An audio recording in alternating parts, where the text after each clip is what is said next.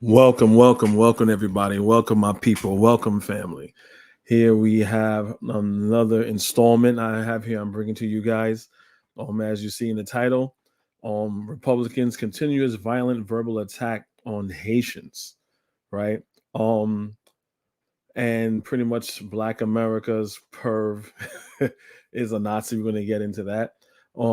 I know I'm probably a little bit late to the party on this, and it was spoken about last week, but there is something that I believe that was missed,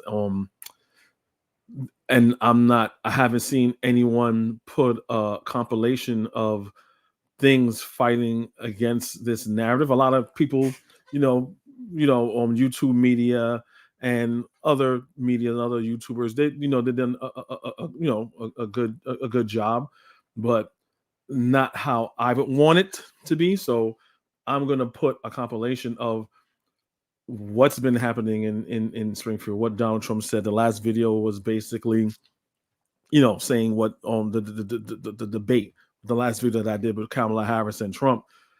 So we know this was the big fallout with the whole pet eating and geese eating and cats and dogs and all this other nonsense. So I want to do my own version of it. I want to wait till the dust settle a little bit for me to give a full commentary, to give you up-to-date information of what's actually going on and the aftermath and the fallout of what's going on, right? So I think I'm in a unique position to put everything together so we can have a full understanding of what's going on. So I'm gonna play a couple of videos, obviously, of course. And shout out to my Haitians, Sabase Meboule, right? Shout out to my Haitians, to my people, or my Haitian people out there. Again, you are one of the strongest people, historically speaking, in the last 700 years. All the things, the fighting that you've done, I know you guys are gonna come out on top like you always do. And I said before, this is the price for freedom. This is the price for freedom. What's going on in Haiti and how Haitians are being portrayed by the West, by the European powers. This is the price for freedom. When you free yourself from your oppressor is gonna always gonna have something evil to say to you. Anything that you have to fight to get, you have to fight to keep. And when it comes to Black people, that's humanity, that's dignity, and that's self-respect. And we're going to continue fighting our Haitian brothers and sisters. They're going to be all right. And I'm going to show you how powerful our Haitian brothers and sisters are. Right? So let me start lining up the videos here right now. I want to make sure I got everything in order. And I'm going to show you what's going on. So we did the way around. All right. So first, I'm going to show you, what happened after the debate and everything, with Trump saying with the whole pet eating and just disrespecting Black people again, as usual, because that's what Republicans do. If you're not going to bend to their will, they're pretty much just going to dehumanize you. Hold on a second. Sorry about that, guys. I pretty much want to make sure I pull up the right video.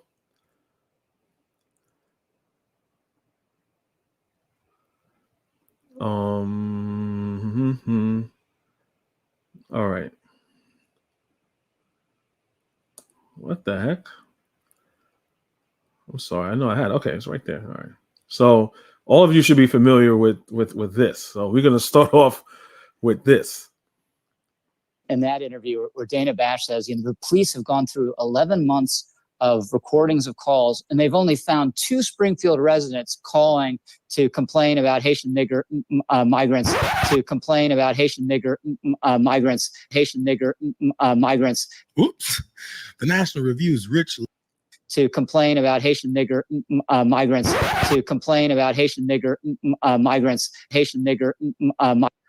So we hear about this Mike Lowry guy talking about the Haitian migrants and Haitian, calling them Haitian niggers, right? And I was like, wow, usually when this happens, right? Because he's comfortable. He's talking to Megyn Kelly. He's on the Megyn Kelly show. See right there, it's another right winger. She used to be on Fox News. I'm not even getting into that why she's not on there anymore. So when you're in right wing circles, right, they're very comfortable with talking. They're talking candidly, right? So she got him comfortable and everything, and he said Haitian niggers, right? And he did. It was too late. It's too late to clean this up. It's way too late to clean this up. Call them Haitian niggers. And before I play the rest, right, this goes to show you that FBA and ADOS, all these grifting stupid ass fools that say that Africans and Caribbeans don't consider themselves black. White people and white supremacists sees us differently. They don't see us as the same. They could tell who's an American, black, whatever the hell that is, who's an African, who's a Caribbean. All this nonsense. Here we have a white supremacist, right, calling Haitians niggers. He didn't call them coconuts or something derogatory towards, because white racist people, they got racist names for all kinds of people and different types of people, right? He said niggers. That's what he said. So when you listen to FBA and ADOS, this goes to tell them that they don't even understand how white supremacy works, right? For some reason, the Africans and the Caribbeans, we like kissing white people ass and this, that, and the other.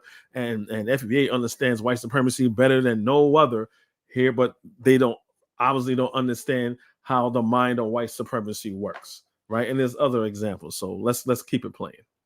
Migrants. Oops. The National Review's Rich Lowry seemed to have stepped in it. And I don't mean goose poop.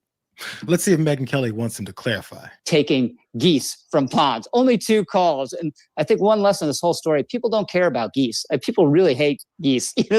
They all things considered, yeah. I think people would prefer Haitian migrants to come and take the geese off the golf course, right?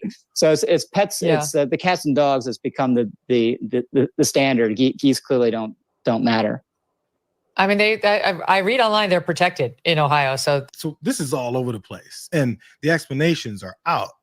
Now that people flagged what many heard as the N-word while describing Haitian folks living in Springfield. It doesn't help that they were talking about the former president and his running mates' relentless commitment to use the city for their racist opposition to them being in America. But still, Megyn Kelly went on the offense when she said this. This is so disgusting and obviously leveled by someone that doesn't know Rich Lowry at all. A finer, more gracious man of character you will never meet. So you see that? You see what she wrote? So she's telling us that we didn't hear what we heard, right? This is white supremacists sticking together. This is so disgusting, obviously. And she's saying more of a gracious man of good character. A gracious man of good character you will never meet. So this is the pinnacle of what a good man is. So all good men are calling Haitians and other black people niggers. This is white supremacy sticking together. Man of character you will never meet. Andy McCarthy went on the explainer route along with the same customary outrage. Ridiculous. Rich Lowry, not tagged here, obviously got crossed up between immigrants, short I, and migrants, long I, started mispronouncing migrants with short I, instantly corrected himself with no embarrassment because it was patently a mispronunciation. So, okay, people, I'm not an English major. I don't know if any of you are out there are English majors, but migrant and immigrant doesn't have the in it, like nigger, migrants, immigrants. There's no in there, so he's meant to say migrants. I don't know. It's very insulting to our intelligence, but they have to play cleanup. Sadly speaking, they have to try to clean up his obvious racism. Jeez, jeez, everyone. How dare you hear the N-word and have an issue with it? But still, it was an explanation, regardless of the fact that the word sounded like it started with an N. You know, Rich Lauer himself appreciated this same interpretation, and he said, yep, this is exactly what happened. I began to mispronounce the word migrants and caught myself halfway through. You know, at this point, it's useless to debate over whether or not Lowry says the word migrants like it's spelled M-I-G-G-E-R. The issue is that it's not too hard to see someone that supports this rabidly bigoted former president saying the N-word, because he says things like this about Haitians that live in Springfield. Maybe Springfield, maybe Aurora, maybe both. We'll go there. I can say this, we will do large deportations from Springfield, Ohio. Large deportations. We're going to get these people out. We're bringing them back to Venezuela. You know, he told Biden he's not accepting. Number one, the Haitians that are there are legal. They're not illegal, they're legal. But let's say in Trump MAGA world that they're illegal, right? They don't have a green card. The green card expired, even though the most freaking people that have their visa and are here illegally due to it being illegal are Canadians. But again, we only want to fight the southern border because remember, the face of immigration, of illegal immigration, always has to be a black and brown face. I have said this over and over again, and history that backs me up, right? Canada, no problem. No one cares about the northern border of the Canadians and people from Greenland and Iceland and all those other places flooding into our country. Oh, they're white. It's okay. White people do not break rules. White people cannot break the law. So therefore, white people cannot be illegal immigrants. White people cannot be migrants, right? But whoa, southern border, forget about it. But like I was saying, even if what he's saying is true, why would you send Haitians back to Venezuela when they're from Haiti? Ergo, the name Haitians. This is why I say Trump is a effing moron. I don't think he knows where our Haitians. I don't think he knows where Haitians are from. I don't think he knows, because why would you say that? Again, when it was Biden, Biden doesn't know what's going on, and Biden's old, and look, he misspoken, or he's an idiot, and fine, good. His old ass is out of here. You have Trump. You're going to take Haitians and put them in Venezuela. Come on, guys. You can't make this stuff up. Anybody back. They moved all their criminals, not all of them, but the rest are moving in now. Colorado. Again, calling on black people criminals, like he called Africans criminals, and Africans coming from the Congo. This is Trump. Then you got these closeted black Republicans or black people that just don't understand policy as a whole, saying, "Oh, it's even on both sides." When has a Democrat said that about African people? When has a Democrat said that all the criminals is coming from Africa? When has this happened? They keep saying they're the same, and I want to know what's the equivalency of this being the same. As someone going on a podium, tripling, quadrupling down on this racist rhetoric. Colorado's one state. It's much worse in other states. But in Colorado, they've taken over. I mean, in Colorado, they're so brazen, they're taking over sections of the state. And, you know, getting them out will be a bloody story. No pearl clutching when they bloody story. All these things inciting violence. And when he gets shot, I don't know why, by a Republican or someone, maybe some Republican. I mean, you have some decent Republicans out there. Maybe you got the crazy Republicans and they're switching parties and they're like, hey, like, this guy is crazy, and they're going after him. I don't know. But the first person who took a shot was a Republican. The person who attempted to shoot him was also a Republican. I don't know why they're doing it. More has to be. Well, the first guy is dead. The second guy, we will have to see why. But again, this is Trump's rhetoric. This is Trump's rhetoric. Word in your teleprompter for people to recognize that you're a racist piece of garbage. Fellow racists recognize it. They're trying to cram this. So this is Nick Fuentes. Nick Fuentes is Yes, here goes the name. He says Hispanic, right? I think he's white Hispanic. I don't think he's from Barcelona or Madrid, Spain. I think he's like Hispanic, Latino Hispanic. But yeah, he's a white supremacist, like the Proud Boys, something Tario, right? Again, white supremacy is an ideology. Is not something where you have to be white in order to be a part of white supremacy. That's why you have a lot of people on the right that are black, Hispanic, Indian, whatever, that adheres to white supremacist talking points. So we're gonna do Mark Robinson. We already know that. You see the title already, right? You have Nikki Haley, which is Indian, saying America was never a racist country, right? You have Nick Fuentes. You have Ted Cruz, right, saying all doing coverage for white supremacy. But white supremacists hear Trump and they know what he's about. So Nick Fuentes, for those you don't know, he's a proclaimed Nazi and a racist. Down our throat, these people that are not like us. You know what Americans want?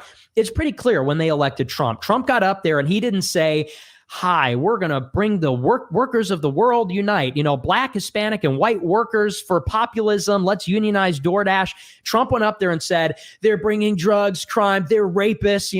Unionize DoorDash. It sounds like Tariq Nasheed talking points and FBA talking points.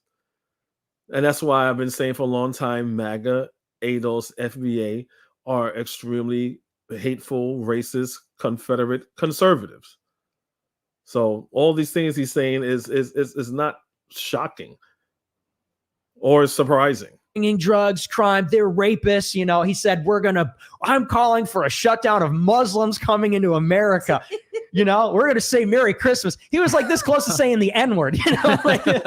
That's what Americans want. That's what this guy talks like us. He's our hero. He said, I'm your voice. He didn't use the N-word here, but his message was crystal clear. So you heard what he said, saying this guy is like us. And as racist as Nick Fuentes is, he is absolutely right.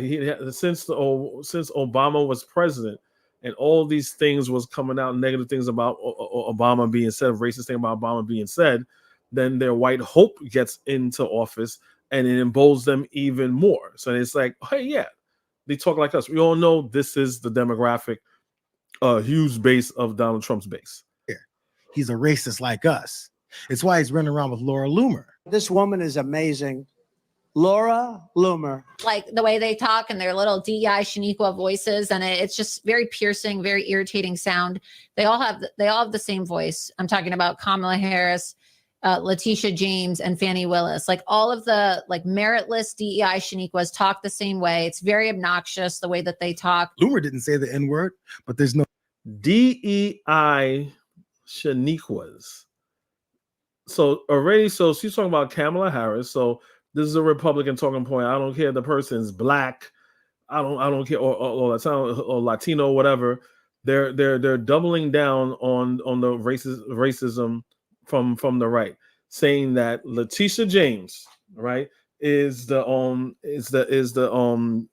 DA of New York that's trialing Trump for tax evasion and pussy grabbing and all that, right?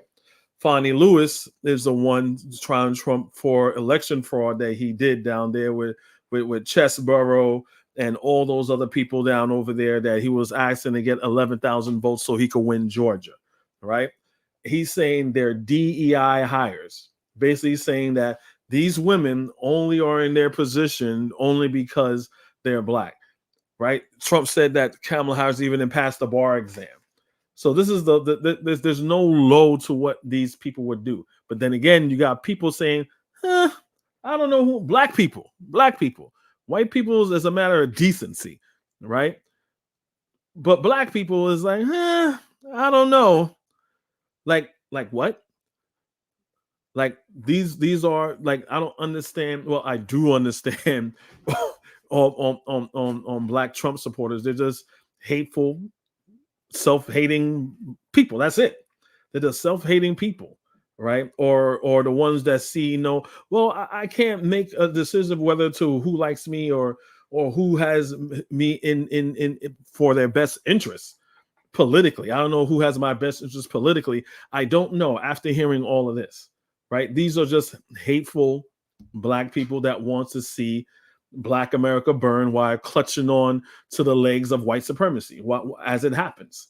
That's all that it is. So these are the people who she is talking about that Trump is rolling around with. And you have people like Pan-Coonism, Bucci Pedal Bear Strikes Back saying that, agreeing with Nick Fuentes. I remember a while back, but he scrubbed all his internet, his YouTube history. You can't even go like a year back to see the things that he was saying because he's dishonest and he has to play cleanup.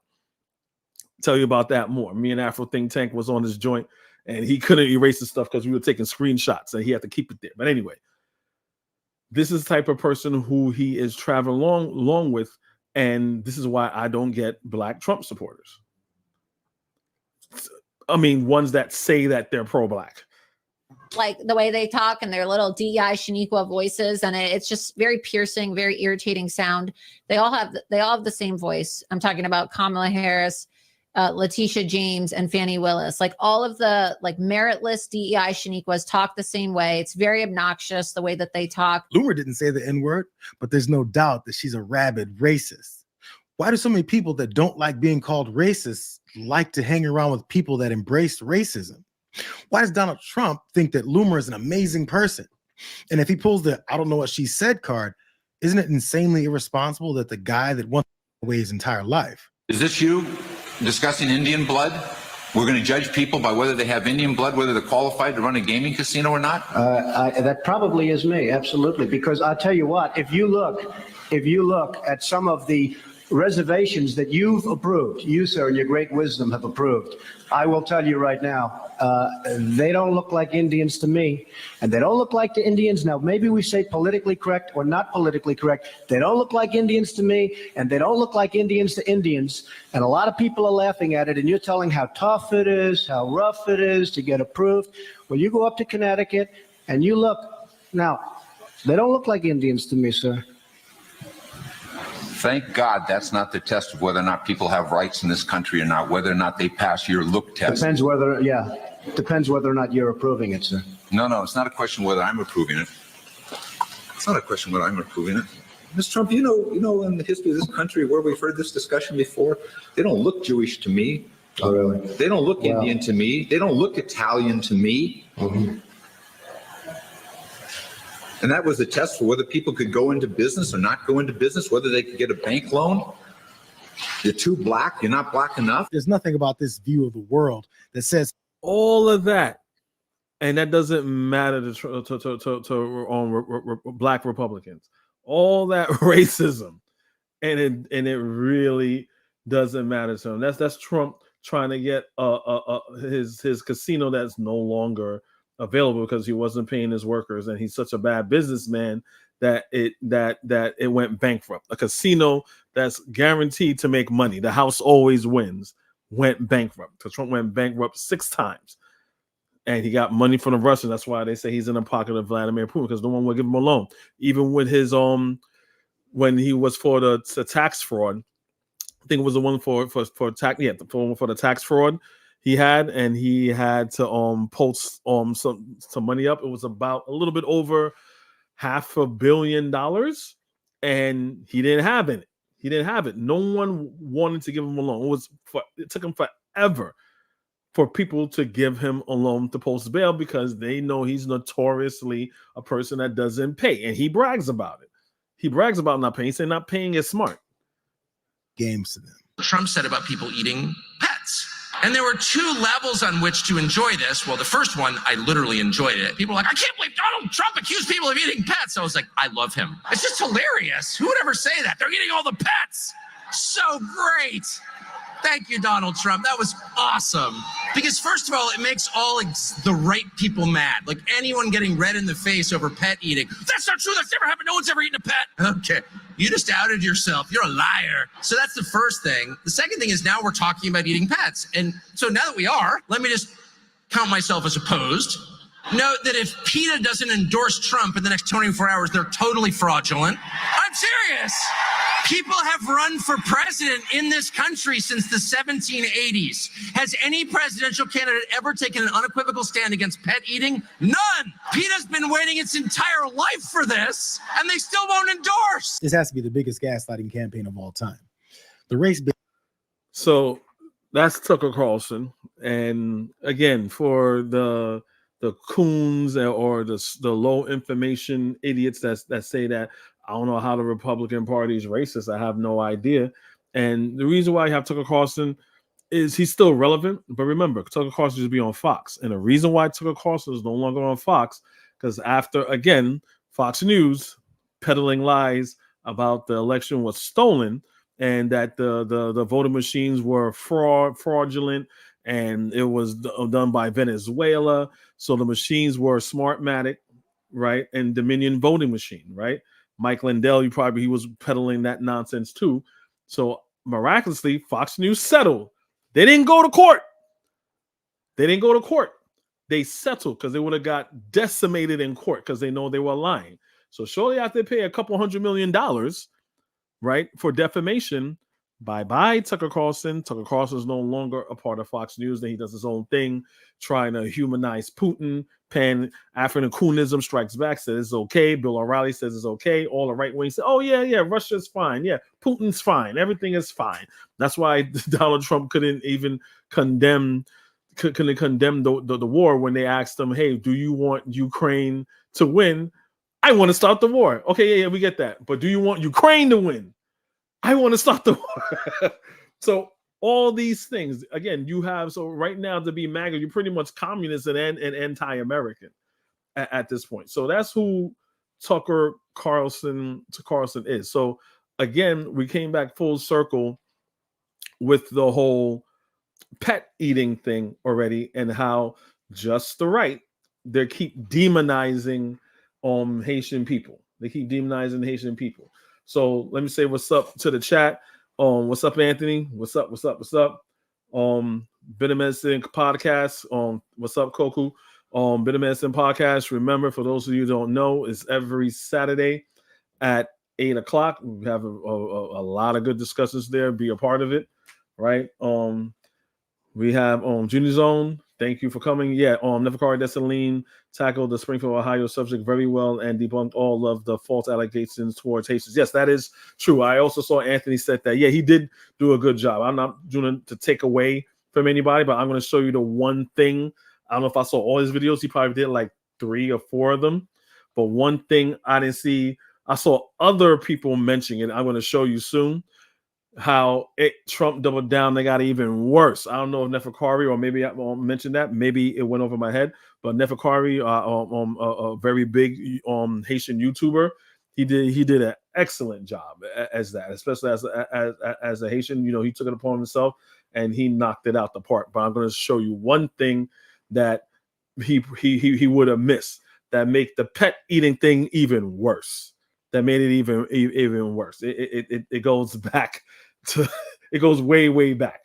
But yeah, thank you for that June Zone and Anthony, right? So Anthony, yeah, he did say right here.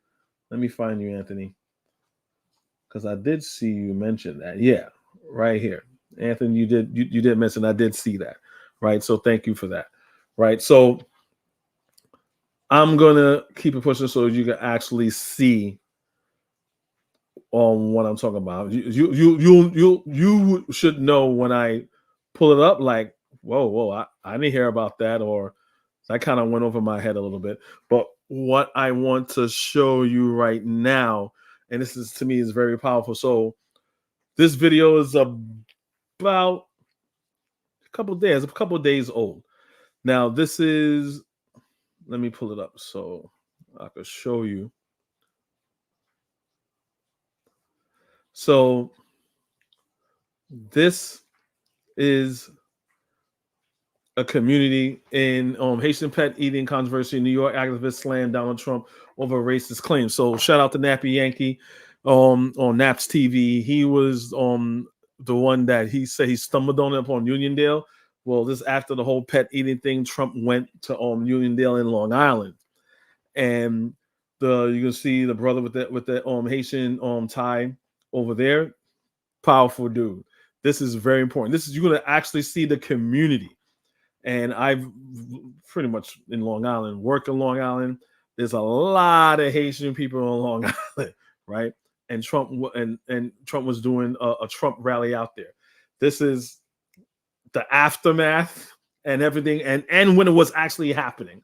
So this is very important because it dispels a lot of things that people are saying, especially FBA and all these other morons, right? And I think it was very important to play.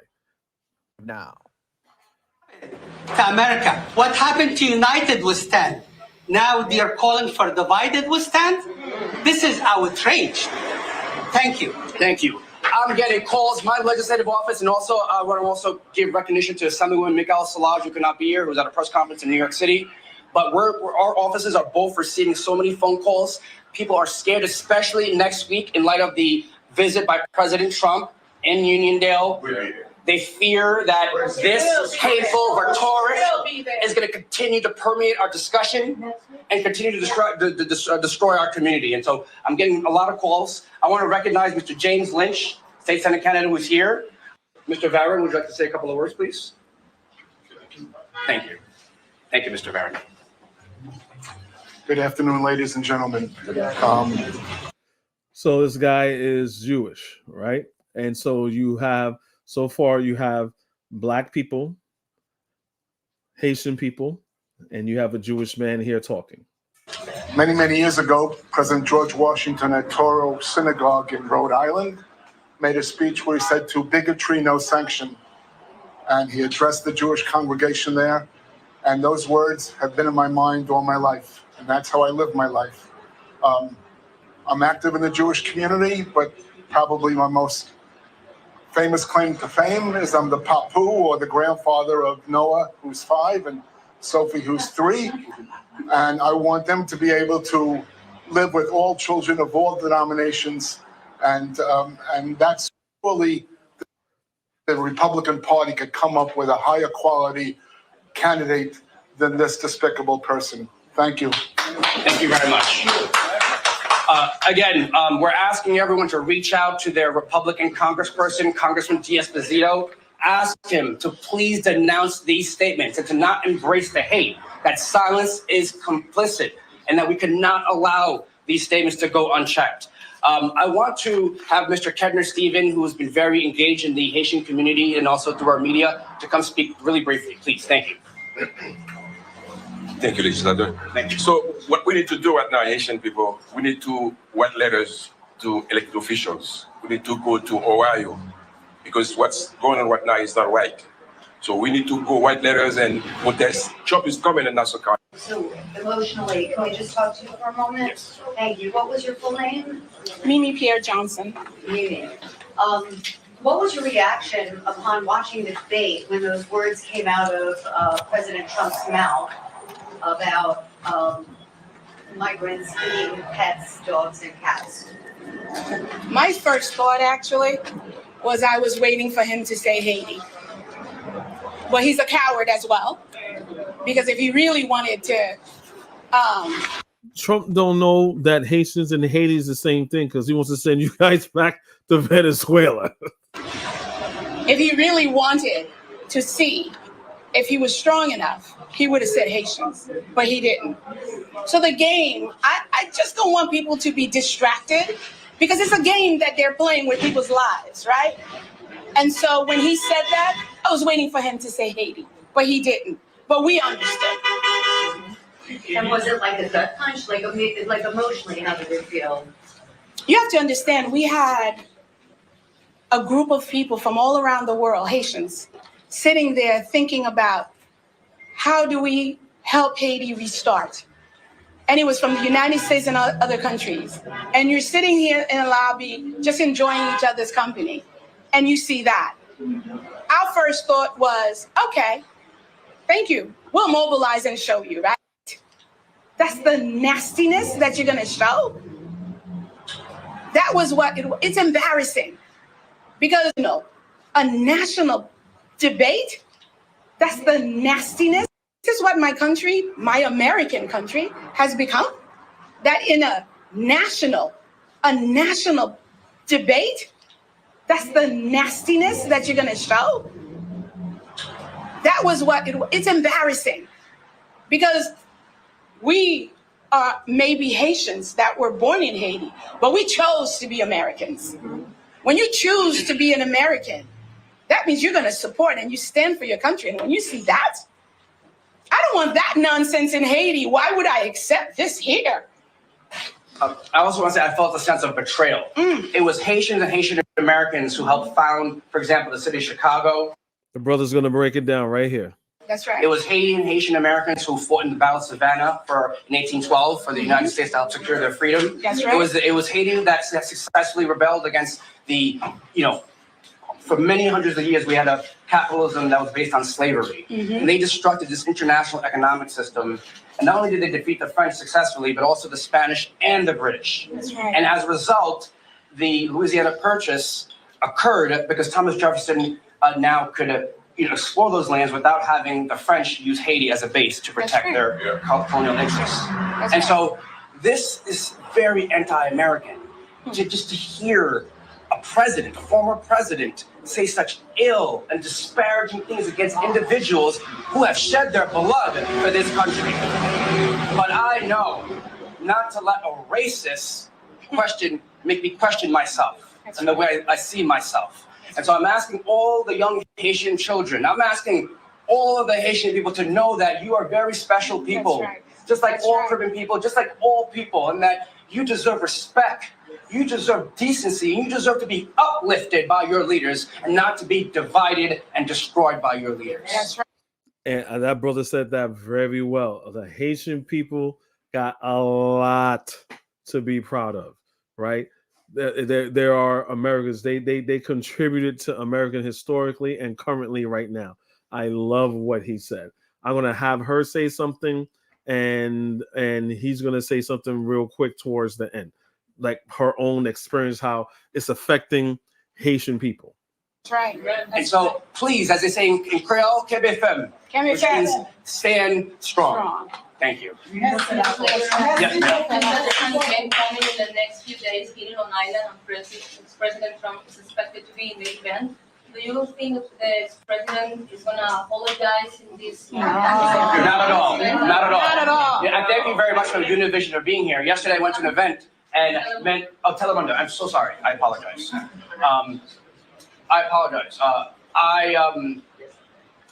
I was approached by many people from the Dominican Republic who expressed their concern about these statements. They were concerned. I was in fact surprised to see my Dominican brothers concerned that we are being treated in a discriminatory manner. And I felt. And that is surprising, because for those who don't know the history or the geography of Haiti, you have Haiti is one island, Haiti on one side, Dominican Republic on the other side. And a lot of people with Dominicans, they don't think they black. Papi me no black, papi me no black, no negro, no negro, no negro, papi. Right? You got those, but then you have the actual Dominicans. I know Dominican is extremely conscious. Black Dominican do extremely conscious, right? So it is a bit surprising. So in his own admission, it is a bit surprising because those aren't the ones that's always pushed in front of us. There's always the degenerate ones that's always been pushed a lot, that gets more talked about. But obviously, he is saying a lot of Dominicans have came out and reached out to him. So I'm saying this: you have Jewish people, you have Black people, Black American people, the Dominican people, right? The Hispanic one. You said it was either Telemundo or whatever, Hispanic news station supporting. It's not like how FBA says, oh, you're Black American, so you live there, I don't mess with you. You're Haitian, so you live there, you don't mess with me. That person's Jamaican, he don't mess with you. This person, that's not how the world works. I don't know where those Negroes are from, but in places that are extremely diverse, right? This is how a community is. This is how a community works. I don't know if they're in the backwoods of Mississippi or in the desert of Nevada. I don't know. But this is how the world really works. felt a sense of allegiance with my Dominican brothers. And so I want to thank my Dominican brothers. We are all united on this message. Look at the diverse community that we have here. You don't have to be Haitian to be upset about these statements. Okay? So thank you. Yes. Understand, many Haitians were asked. So you have to understand, many Haitians were asked the last 15 years to go to Ohio to help bring that economy. And now that they're there, to hear that, they're scared. You have to understand I'm that. talking about what you've heard here from people. Have people expressed fear to you directly? Or is that just something you believe that? Without mentioning names, when you have a target on your back to ignorant people that don't understand that lies are lies, when you walk is what they say, right? Imagine someone walking their dogs that's Haitian right now. That's going to be on your mind. But the base that they're trying to scare, that's the base that's going to hold their dogs and their cats a little closer because they're listening to that. Just like what we have experienced sometimes of people holding their purses a little tighter. That's the trauma and that's the fear that Black people already are dealing with. Again, Black people. So you fucking idiots that call yourself FBA and ADOS, Freeman, whatever y'all want to call yourselves, saying that Caribbean people don't call themselves Black. Caribbean feel that they are different from Black Americans and stuff like that. You guys don't even have like a freaking 6th grade education of understanding of how people work, of how society work, right? We're all don't understand how white supremacy works. If we all know that once you're here, it's by race and we are considered Black. That is understood off the back. Off the bat. That's out the gate. That is understood that we are Black. And we get the same tropes that are put on you is also put on us by default. It's put on us by default. And the woman is telling you, I've experienced that. Most of the people on here wouldn't know what my background is unless I told them. Right? I don't walk around with a shirt or a flag saying Guyana, and I'm waving it, and I don't talk in my Guyanese accent all the time because I don't need to. I talk that to my fellow Caribbean people and stuff like that because they understand. They'll understand, what I'm saying, right? But if I'm talking, quote unquote, speaking the King's English, I'm going to speak this way. Again, we are all Black people. Do not let FBA, ADOS, Tariq Nakoon, Yvette Carnell, and all these other people sell you this Republican, hateful way of looking at Black people. These are COINTELPRO Negroes and Negresses, right? They want, what good is it for you to say things about Black people that will divide you up? If anyone is not coming something to empower you, you have to look at them as an op. If no one is not telling you something to empower your group, you gotta look at them as an op. And anyone that disparages whole groups of people, especially Black people, you have to be wary of them. And now when we have all of us trying to unite together, and you throw that, because it's not just about the Haitians. I have plenty of friends that are white. I have plenty of friends that are Italian. We're a diverse community. We're a diverse family. Sometimes, they think we're brother and sister. Because that's what we are. And so when you say something like that, and your child, my 17-year-old son said, I don't even understand that. How do you think I feel? He's about to go to college. And those are the kind of things that's being said. As an elected official. And again, y'all, I'm assuming all of us are parents. My son just started in college, right? I have a daughter already in college that she's going to graduate soon. Imagine they said that about, I don't know, Guyanese people and stuff like that.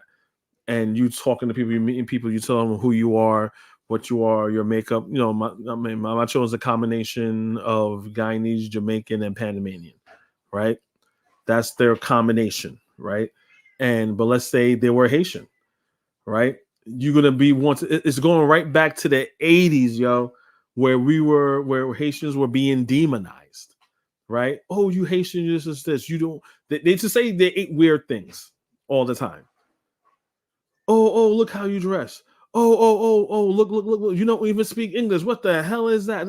The Haitian people are already demonized historically in this country since the American Revolution. But as far as I've been living, they've been demonized.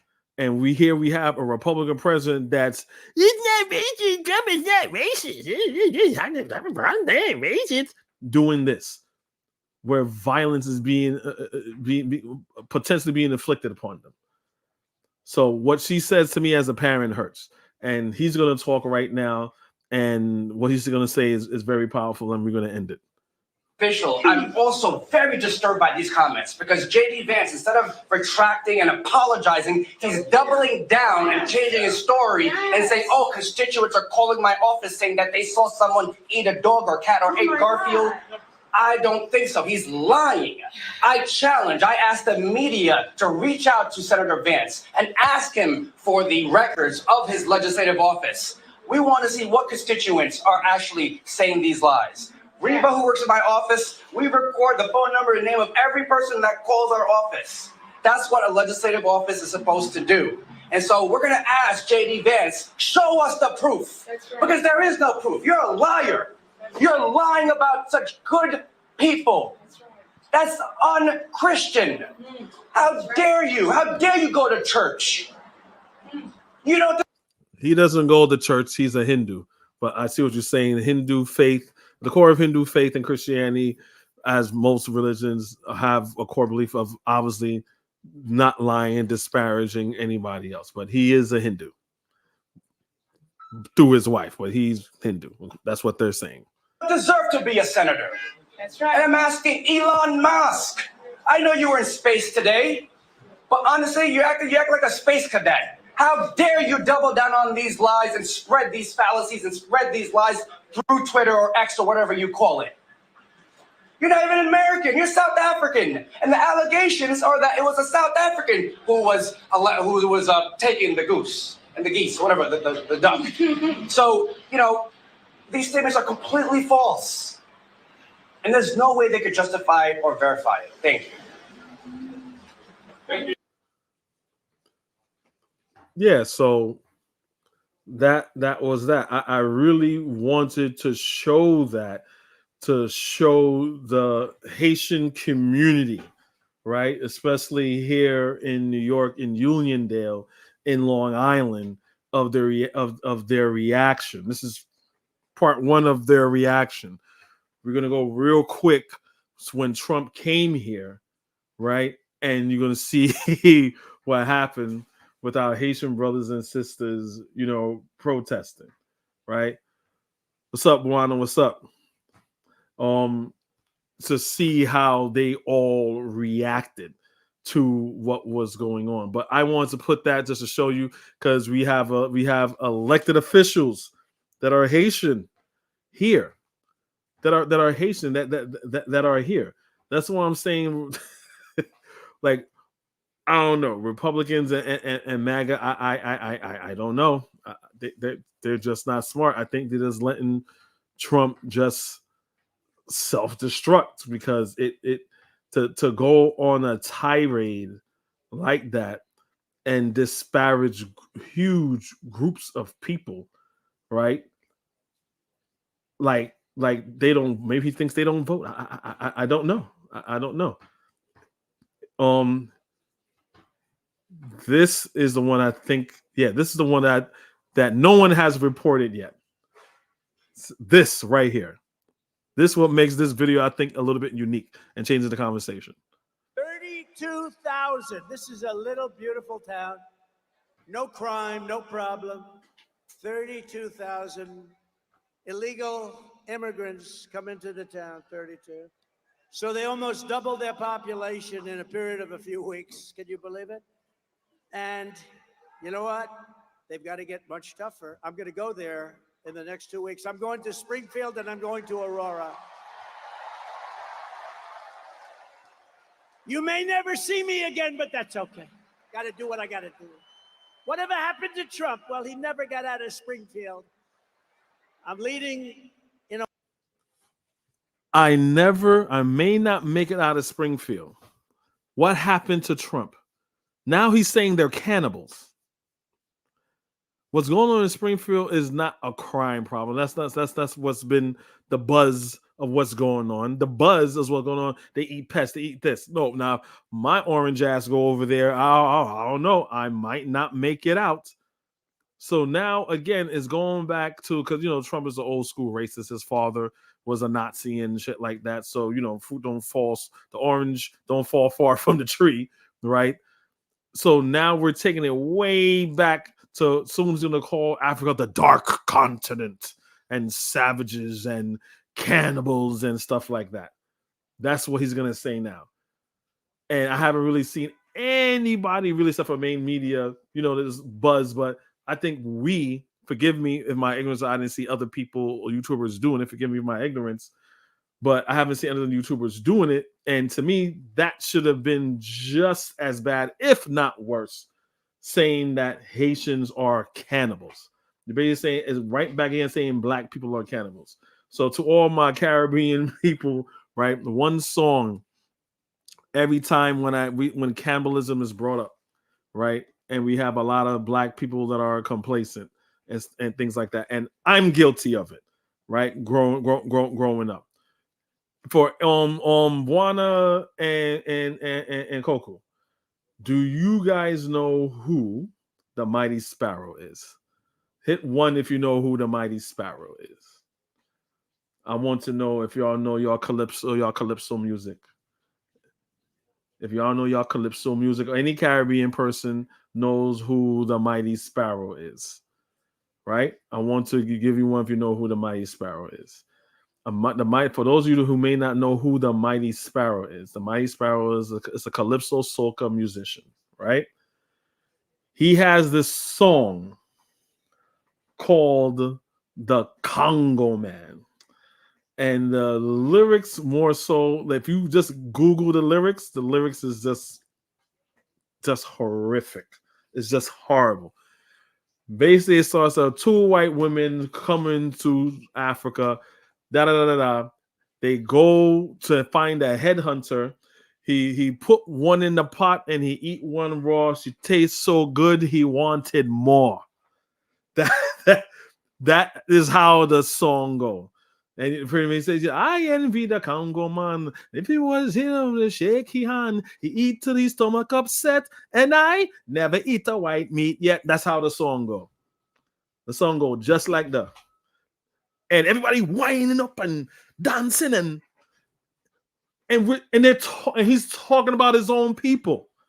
He's talking about his own people. My DNA test, I have Congo hunter-gatherer region area. I'm Congolese. Those people are in my veins. It's the madness. So we are guilty of that. And then because why? Because it's a racist trope that white people have put on Africans, on dehumanizing African culture, right? So that's what I wanted to show you guys, because again, forgive me, again, not trying to disparage my own fellow YouTubers. I'm just saying I didn't see, not say they didn't do it. I didn't see anyone doing a video about Trump calling Haitians cannibals now.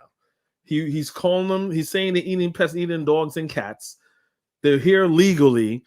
He wants to send them back, not to Haiti, but to Venezuela, because he don't know where Haiti is, right? Or I don't think he knows Haitian and Haiti are two things that correlate with each other. And now he's saying that, if I go over there, the Haitian people are going to eat me because they like orange meat. I'm leading in Ohio by like 15 points, a lot. And we're going to... Enough of this fucking fool, man. I'm done with him. I'm done with him. Right? So, hold on one second. I don't want this. My bad, y'all. Yeah. So that's where I'm saying it's kind of like I kind of wish where I heard a lot more people saying, "Yo, now he's saying that they're cannibals now." You know what I'm saying? So black migrants have a cannibalistic on nature, is what you're saying, and it'll just feed back into the whole thing since slavery and prohibition and all these tropes, reconstruction of what black people are. Right? So that really pissed me off. That really got me upset. But we're gonna see right now. Where am I? We're gonna see. Hold on a second. So yeah, let me hold on a second. Let me show you how. Is this it? Hold on, I had something here. I don't think I lost it. Hold on. Oh, okay. All right.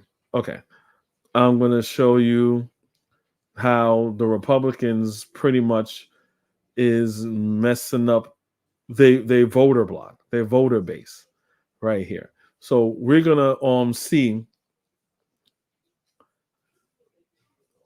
so we're going to see how many Haitian immigrants are there.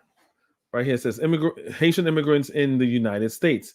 As of 2022, nearly 731,000 Haitian immigrants resided in the U.S., comprising the country's 15th largest foreign-born population. Foreign-born, I'll say it again, foreign-born population. That was 2 years ago, people. So within the 2 years, that number, I'm not sure if it's doubled or higher, because then you have people that can now vote, right? And you have other Haitians that are becoming U.S. citizens. So once you consider all that, this number could double or triple. Who knows, right? So Donald Trump just gave the middle finger to about 1 million people, saying, "I don't need your vote because you guys are cannibals and you eat pets." Then wonder why, oh, it must be rigged. It must be this. It must be that. When you're sowing dissension and demonizing large groups of people. About 1 million people is a lot. That's a lot of people. That's a lot of people. So I don't want to hear any Republican or anyone saying that, oh, but he won. He really won. How is he winning if he's taking away women's rights, demonizing on black people, right? You still got niggas gonna vote for him because niggas love massa. It doesn't matter. The more racist you are, the harder they clinch on, the further up the ass of white supremacy they go, right? You have all these people that you're doing all these things to, then you wonder why you lost. So I think it was very interesting to just show you guys this as of how many, the exact number about how many Haitians there are. So the name of the site, if you want to know, is the Migration Policy Institute, right? You could fact check those numbers. I'm just not here just talking shit. I like to talk about things that are actually factual, right? And for you guys to go see for yourselves, right? Reach one, teach one. That's how it should be, right? So also, I want to show you what is going on in Miami, right? In Little Haiti, how they're taking it, right? So this is the Miami Herald. So that's like the New York Times for Miami, right? They're saying, come on. They're saying big mistake. South Florida Haitians slam Trump's false claims about immigrants eating pets, right? It says, I want to read this right here. So this is them protesting, obviously, right here, West Palm Beach. Yeah, West Palm Beach got a lot of Haitians too, and that's not even Little Haiti, really. Sending posts along with members of South Florida's Haitian community as Miami-Dade Democratic Haitian Caucus. Say it again. Haitian community as Miami-Dade's Democratic Haitian Caucus, hosted by a rally against the rhetoric of former President Donald Trump and running mate J.D. Vance the importance of registration to vote, the participation in this election this November 5th. So again, he's gave a middle finger to elected officials that are Haitians and Haitian communities, right? This one real quick, I want to read. It said, being Haitian is a blessing, said Gabriel, the president of the Haitian Student Union at Florida International University. Never let a classmate, co-worker, or even a vice president nominee and former president tell you different, right? This is just a very interesting article to read. I want to show you guys that so you can see how the Haitian community down there in Florida, how they feel, right? Wanted to show you guys that. And right now, what I'm going to show you is the reaction of thanks to Nappy Yankee out on because again, I told he was the one that he did a live doing it. I wanted to go to his channel and show you because he said he didn't know that they had a Trump rally and he was out in Uniondale. So shout out to Nappy Yankee. Yeah, and he was out there. I would have showed some of his stuff, but again, I can't see it. But I'm going to show you the reaction of Haitians being out there along with some of their white counterparts and the things that they had to deal with. I'm not going to really play the whole thing. I'll show you like little snips and clippets so you could get an idea of what was going on when Trump went over there at that rally, still saying Haitians eat pets and all that nonsense. The Holocaust Memorial and Tolerance Center.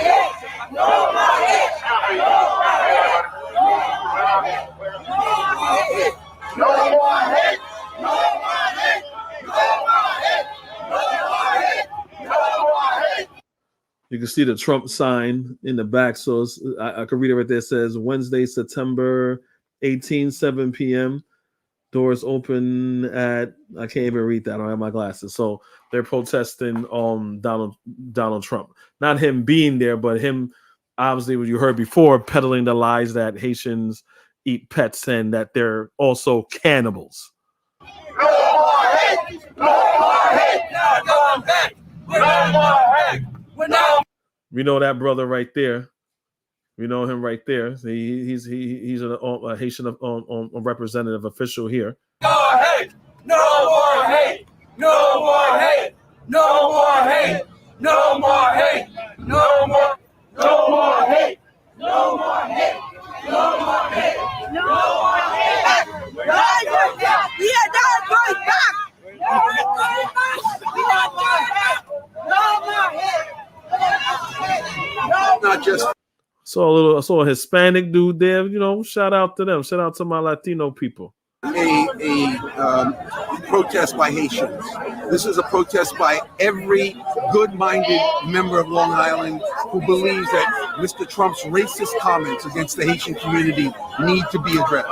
The problems that we have here in America stem from the people that support hatred and support division. Mr. Trump has done that. He did that on a national debate platform, and that he should be ashamed of that. So we stand here with our brothers and sisters of Haitian descent.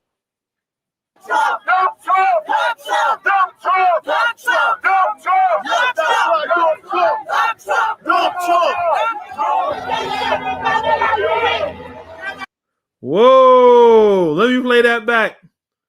Let me play that back. I know there's going to be MAGA people there, but whoa. Maybe I should walk this slow. Maybe I should put this back slow. Let me pay attention to the MAGA dudes walking. Keep looking. Do you notice something about them, of what type of people they are?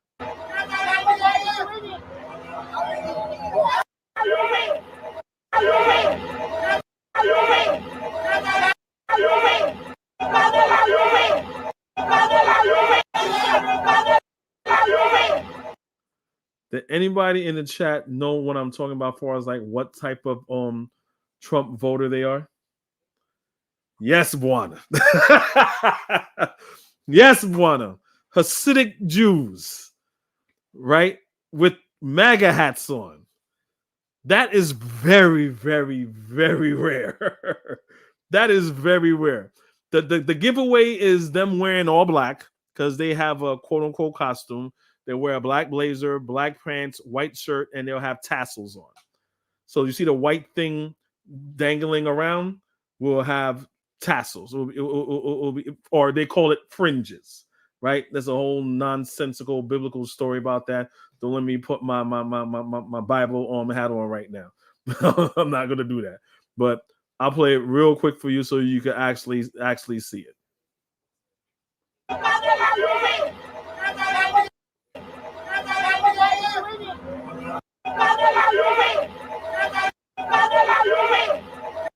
Okay, you guys see it now. So these are Hasidic Jews, right? Yeah. White. They are all the same in some. Look, I'm not a person. I don't generalize. To say all white people are racist is ridiculous, right? But you have to know the type of white person. I like knowing the type of white person of who I'm talking to, right? You know what I'm saying? But most Jewish people vote Democrat, right? Most Jewish people vote Democrat. There are more Jewish people are Democratic. Jewish people has been in a line with black people since the civil rights. You have they have Jews that were marched with on black people during the civil rights. So you had your Stokely Carmichaels, your Martin Luther King, your Kwame Nkrumahs, and your Bernie Sanders. He was there also. Remember, if you know the story they had here in New York, there was a one white kid and another white kid. They were going to a protest. Oh man, I forgot where. Oh my God, somewhere in the South they were going to protest. It was one black boy. So it was the one black boy and the two white boys riding, and the sheriff and all the other people, which was also a part of the Klan, followed them and killed them and murdered them both. Right. So there are a lot of so for that reason, you have Jews that are in solidarity with civil rights movements and things of that nature. And yeah, and so that's why it's kind of odd to see Jewish people voting on Republican, even though you have AIPAC, which is a right-wing organization that helps push Zionism, right? So we got that. So I wanted to show you guys that real quick. I found that interesting. Like when I even didn't see this video from beginning to end. That's why I'm surprised. I didn't know that was even a thing. So that surprised me just as that surprised me just as much. So I was like, oh snap, you got Jews out here going to a Trump rally. Okay, so I guess they won't feel so anti-Semitic when Trump says anti-Semitic shit.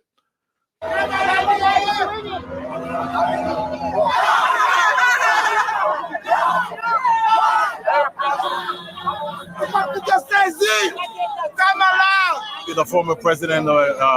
Yes, Kamala. Hold on. Oh, who we got in the back, y'all? Oh shit, Buana, who we got in the back, Buana? Since you're getting all the answers right, what is at the back of the brother right here? What is at the back of the brother right here? I need to go in on this. You know what? I'm not gonna get on my religious stuff. Anyway, you got some Black Hebrew Israelites in the back in the purple with the gold or yellow fringes. Yeah, Hebrew Israelites. So we got, because Hebrew Israelites, you know, Black people were the lost tribe of oh shit, whatever. So all the Caribbeans, all the Black Americans, except for them stinking Canaanites, which are African. We're not descended from them. We're descended from a different type of Black people. They got them people in Guyana too. I was gonna do a video about that too. They got freaking Hebrew Israelites even in Guyana. And so anyway, they're Hebrew Israelites, but they're here in solidarity to support Black people. It's a little bit misleading, but hey, right now this junction, they are our friends because they see that as an attack on all Black people, as besides Africans. If it was an African, them people was out there, they would not be out there. They're like, yeah, them stinking dirty Jebusites, Canaanites, from the land of Punt and whatever. And they got a Canaanite religion. So yeah, figure that out. So let me keep playing the video. I'm sorry, I keep the Hebrew Israelites, I keep stopping over for them. I won't do it next time. It's just blowing my mind. Vice President candidate J.D. Vance denounced that message about Haitian eating pets in Springfield, Ohio. And for me, what we understand. Oh my God!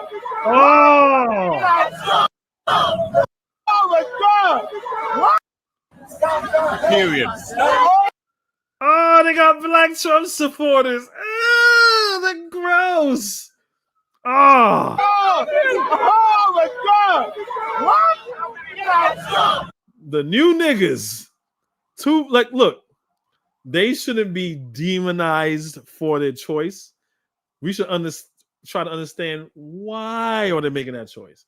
Maybe they're making that choice out of misinformation. She's there with her girlfriend. Maybe they're there to meet their white boyfriends. I don't know. But it would be interesting to know why. But look, they deserve all the heckling that they could get. But I am interested to know why they take their time and their energy and their money to put a MAGA hat on and take time out of their day and their life to go to a racist, knowing what he said. Amazing. Sad.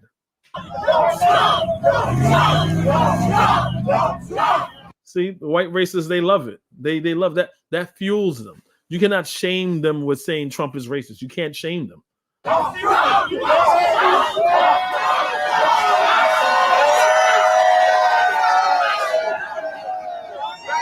And this is who niggas want you to be up with. They want you to be them two little niggers little girls with the Trump hats, be around white people that hate black people. You have to hate black people to be an honorary MAGA affiliate. You have to be honored because they know, oh, wow, okay, you hate niggas too. And you want to be one of the good ones? You want to be in my new America when we get all rid of the niggers out? Yeah, you're one of us now.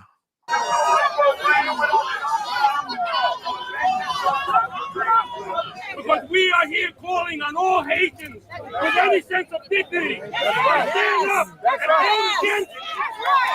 And vote for Kamala Harris.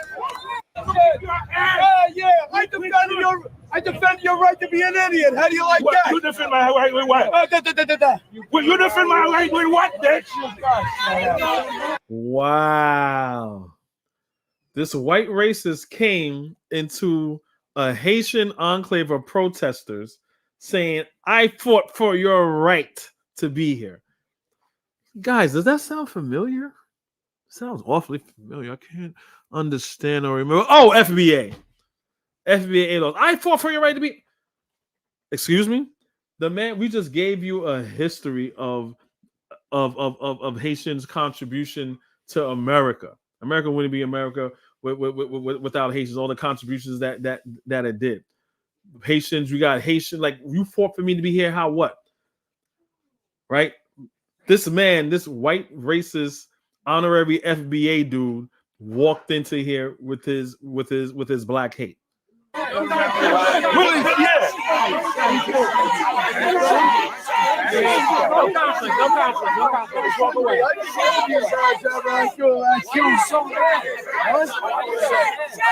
See, and you have a white person right there saying, "Hey, why are you so mad?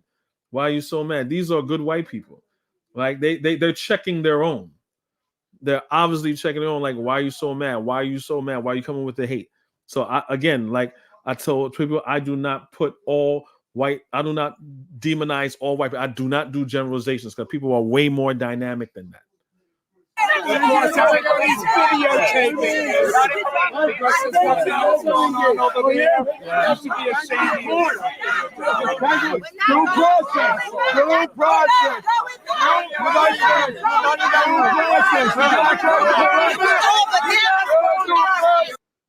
Your social media programs. Hey, Lewis, God bless America. God bless the First Amendment. Gentlemen. After your son, you knuckleheads. You the knucklehead. Look who's getting all uptight. See, making fun of them. Look at you. Oh, yeah. Supporting a guy with 34 count. Out of a kangaroo court. Due process. You ought to try it out, man. He says a kangaroo court. It's a kangaroo. He is so Long Island. It's a kangaroo court. He is so long. I used to work with assholes like this, believe it or not.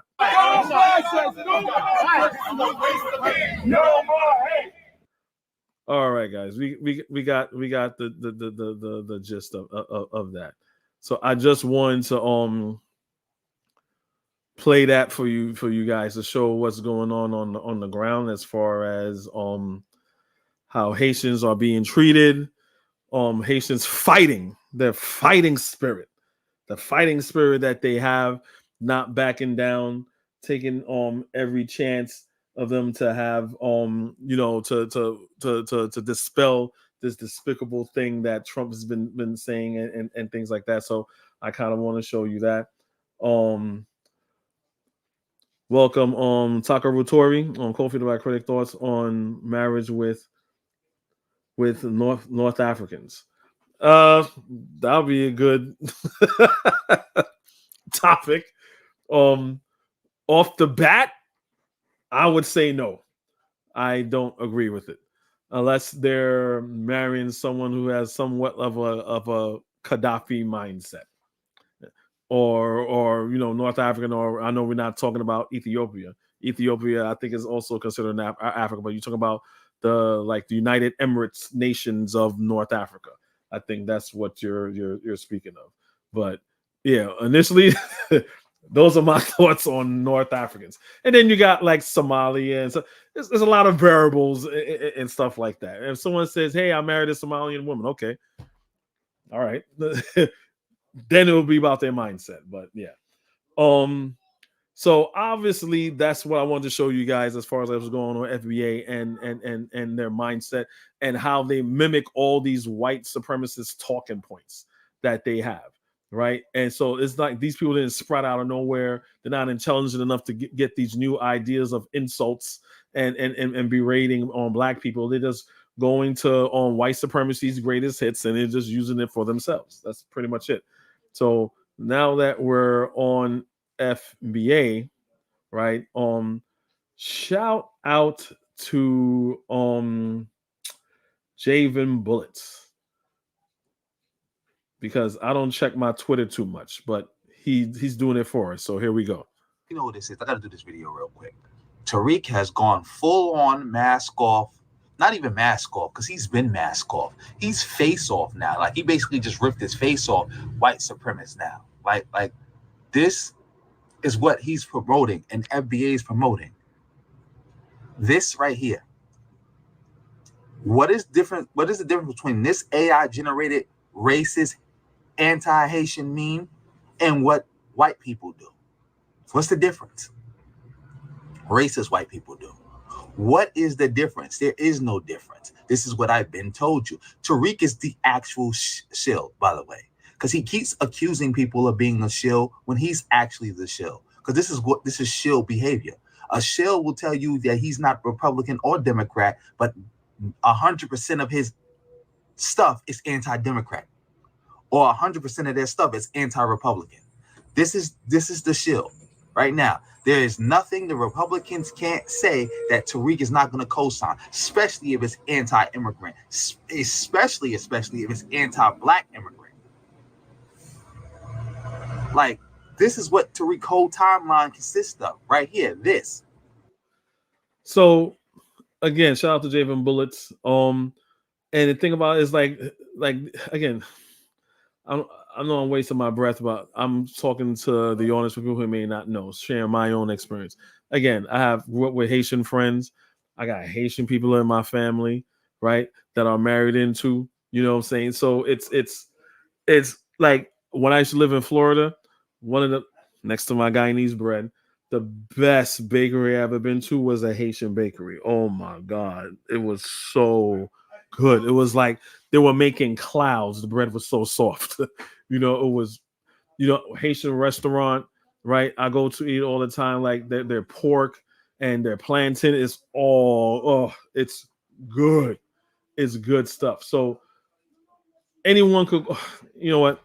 Anyone could just see what do Haitians eat. And it's pretty much the same thing that Caribbean people eat.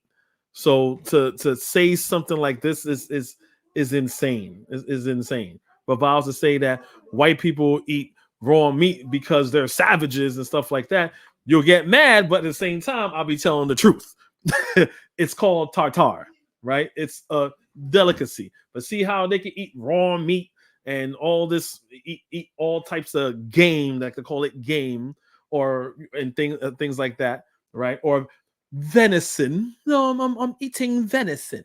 How they make it all sound all nice and polished. I'm eating venison, right? Which is bush meat or whatever, but no, we're gonna call it venison, right? And eat tartare and stuff like that. No. That's a delicacy. That's nice, right? But what Haitians, black people, they're from the dark continent and they kicked our ass. But fuck 'em anyway. Like, no, we can't do this. So that's what pretty much FBA is on, and I wish I had that recording of pretty much FBA saying pretty much the same thing of what Tariq Nasheed is saying about how, you know, they're immigrants and they're weird and they eat weird food and, you know, all these racist tropes. And these are people that call themselves pro-black, demonizing other black people. But I wanted to share. So we pretty much end when it comes to the to the cat eating thing. So we're gonna move on to the last part of the segment of Mark Robinson saying that he is a black Nazi, right? But it's a Republican, so it's no big surprise that you got Republicans saying they're Nazis, they KKK, and, you know, Tim Scott saying this is not a racist nation, and, you know, regular coon shuck and jive shit. But we still got niggas saying that it's equal on both sides, right? They're equally racist. Yeah, because I heard a Republican said shit like that before. Yeah. So anyway, right? So let's get into that. This is gonna be funny. I think this is gonna be funny. I find this funny. So let me let it play. What? He's on a porn site. I like watching tranny on girl porn. That's effing hot. It takes the man out. It takes the man out while leaving the man in. Okay, I'm a little confused, but you know, and yeah, I'm a perv too. that is gross. I'm sorry. Me personally speaking, I may get flack for that. Me personally speaking, ugh. But if that's what he likes, that's what he likes. It's available to him. This is America. He's able to get his literal. Let me rewind that back. That was crazy. He said, "I'll take Hitler over any of the shit that's in Washington right now." It's around the time, you know, during like Obama. So he really hates. So he you know, he was a Tea Party member before, you know what I'm saying? It sounds like for like a while, you know, which is MAGA. So he's been MAGA for a while now. But mind you, this is on a freaking porn site, an Africa porn site. Like, why are you like, who does this on a porn site? Like, who? Anyway, you know what? Let me not even try to understand that. Yeah. Again, guys, I keep saying this all the time. I don't keep on saying all the time. To be an honorary MAGA person, to get a good pat on the head by white people like Byron Donald, you have to spew all of the racist Republican conservative tropes that Republicans always spew in order to be a part of their clique, or in order to be a part of their clan. And the thing about it, he says slavery is not that bad. Some people need to be slaves. I wish they would bring it back. I would certainly buy a few. Who's to say that you won't be the one that's being bought? Again, these people think that they kiss white supremacy so much, that they snuggle up under the nuts of white supremacy so much that they're safe because they're saying everything that they're supposed to do. Again, the history of slavery and the system of slavery always breeds these type of people. So the same Africans that like white people, that FBA and ignorant people like to say, oh yes, they sold us all. Da, da, da, da. Yeah, those are the same niggas that was also put on a ship, and these are their descendants. These are their descendants, right? They're here and they see opposition. They feel instead of fighting the opposition, it's easier to snuggle and nestle up under the opposition and say, yeah, massa, yeah, we sick, yeah. Them niggas over there. Them don't trust them new niggas over there. Like Uncle Ruckus from the Boondocks. Don't trust them new niggas over there. Yeah, I'm the good one. He had an angle here. Why did he go on Nude Africa to say all these bad things about black people? He didn't go to a he didn't go to a white porn site, an Asian one, or anything like that. He went specifically to a black porn site where there was nothing but black porn content and went in the comment section to spew anti-black hate. Like, this is racism. This is anti-hate, anti-blackness on a different level. This is insane. You're gonna go to a porn site and spew your political views? That's just insane. So for those of you, well, it's a credible story because CNN did it, and here are the I'm gonna stop sharing that. I found that to be funny. Here are some clips that they had, because again, they found it on a porn site. So you probably won't be able, just Google it and you'll see it. But here are some of the clips that they found on the site, and that's his picture. You can see his picture, right? And obviously it's not too sharp or too clear here, but you see his picture. That is him. That is actually him. They did the investigation report. No one's a news station's not gonna put a report out like this, even Fox, right? Because they learned their lesson. Going to put a report about this without a politician, without having all their ducks in a row, right? They're able to prove this, because if they weren't able to prove it, Mark Johnson can easily sue him for defamation and say that they're lying and so on and so forth. But that's not the case, right? So they are actually reporting this. It's legit. So they have his picture, they have everything, they have his comments right there. So he was on porn sites actually doing this stuff. So again, like they said before, like when you have Republicans that are extremely pervy and they're pedos, and they say you're a pedo, you're a perv, you're this, you're that. It's really confession. They're really talking about themselves, right? They go in so hard like that. Now, as someone who leans mostly left, and as an independent that leans mostly left or whatever, yeah, some of that LGBTQ stuff I don't like, but I don't go too hard on it because it's not really directly infringing on my day-to-day and my life, unless I'm watching TV or some shit like that, right? Then it's like, oh God, right, whatever, right? But again, the Democratic Party works as, hey, we need numbers, right? So I'm gonna say, hey, I'm gonna do this for LGBTQ people. Yeah, do they lean too hard on the LGBTQ stuff? You know what I'm saying, in regards to our needs? Yes, I totally agree with that, right? But as far as on a day-to-day basis, they're not bothering me. And most of y'all got cousins and family members in your family that's gay. So whatever, I'll just leave it there at that, right? So yeah, this is basically the things that this man was saying, and what he's about, and what he's for. So it's kind of like it's crazy, but this is how Republicans are. Well, I put the link in the chat. I don't know if anybody wants to come up, but I basically wanted to show you guys that is the whole, again, shout out to Oliver Carver, Dessalina, shout out to other YouTubers that did that.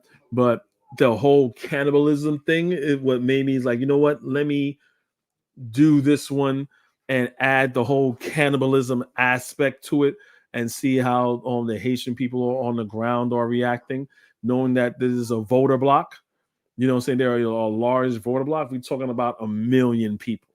We're talking about 1 million people, about 1 million people. It probably could be 1 million people up to this point. I don't know. Right. But we're talking about like a little over 700,000 people from 2022. Right. Which is a large voting block that we have right here that Donald Trump just doesn't care about or doesn't even know about. Right. Let me show you guys one more thing. So we all remember when Trump went to the National Black Conference of Journalists, right? And to see the first question they asked him was see how he reacted. So Kamala says she's going to do the same thing, right? And here's her walking on. Welcome. We're going to get right to it. Without further ado, Vice President Kamala Harris. Again, the link is in the chat if anybody wants to come up.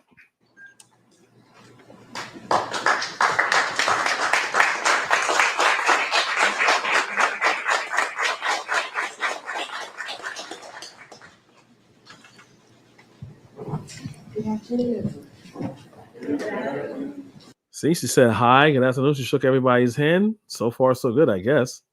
Madam Vice President, thank you so much for doing this and making the time. I'm just a little bit busy right now. We want to start on an issue that Americans across the country say is their number one concern, and that's the economy. A question that has been asked of you and everybody that's on the Democratic side is whether or not voters are better off now than they were 4 years ago. Are they better off now than they were 4 years ago? So when we came into, well, first of all, let me just say, it is good to be with the National Association of Black Journalists, and I thank you for the work you do and that your members do every day. It is very important that we ensure that this organization and your members always have the resources and the platforms to deliver the voices that must be heard. So I thank you for hosting me today. 4 years ago, hey, that's unpresidential. You're supposed to say that is the most stupidest question that anybody has ever asked, and how rude. You even didn't say hi to me. So anyway, that's a dynamic there. I just figured I just show that. I just show that. Yeah, but basically, like I said, this whole thing here, I basically wanted to just show you guys basically how they're pretty much calling Haitians cannibals right now, and just be vigilant for the fallout if there's a fallout. You know what I'm saying? I don't expect there to be a fallout or anything like that, but it is getting pretty bad out there when they're talking about this about the Haitian people. So, you know, just want to put that little spin on there of them calling them cannibals. What's up, brother Bakari? What's up? What's going on, my man? Nothing much. I ain't gonna be on here long because I'm out and take care. But I just wanted to tell you, you're doing a good job. Stay on Blagger Neck. Stay on Blagger Neck.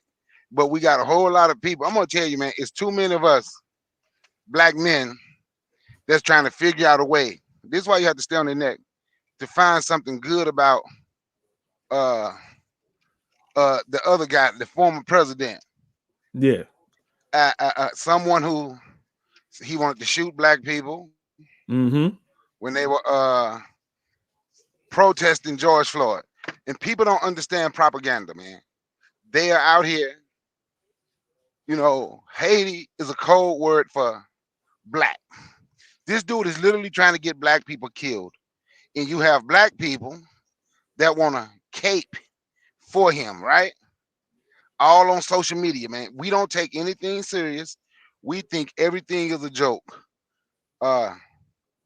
We need to be prepared for whatever, and people still want to make excuses.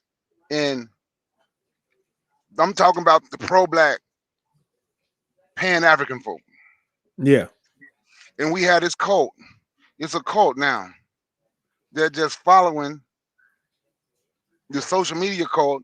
That's just following anything that someone says about Kamala, because ain't none of them gonna say anything negative. Janet Jackson, the whitest black family in the world, where she come from, she's come out, right? Yeah, I heard she made it. I heard she apologized though. No, she didn't apologize. She came out and fired the manager who put out a public apology for her and said she didn't tell nobody to apologize for her. Her word is her word. Oh, really? Yes, and that's the problem. We don't care about what we black people. I'm starting to see we don't care about what one another. Like we have descendants of slaves who was willing to fight. You understand what I'm saying? We have Yeah. descendants of Africans enslaved in the U.S. that was willing to fight. But then we see how many people who we have that's descendants of people like Stephen from Django. People who descend from people like Uncle Ruckus. I'm going to give a real name. People who descend from, I can't ever think of his name. Anthony McPhail put it in. The Prince of Slaves, who was enslaved. Juan Equiano? No, not him. No, not him. It was one got caught. He was a Muslim, and he was selling black folks out for white Christians, right? Oh, it's not Equiano. No, if you look up the Prince of Slaves, he ended up being a slave in Natchez, Mississippi. His descendants are still there now. Every 5 years or whatever, they literally have family reunion. One in Natchez, Mississippi. The other one is they do Natchez. Then the next 3 to 5 years, they're going to Liberia. Oh, okay. So what? They still coons, or they righting the wrongs of their forefather?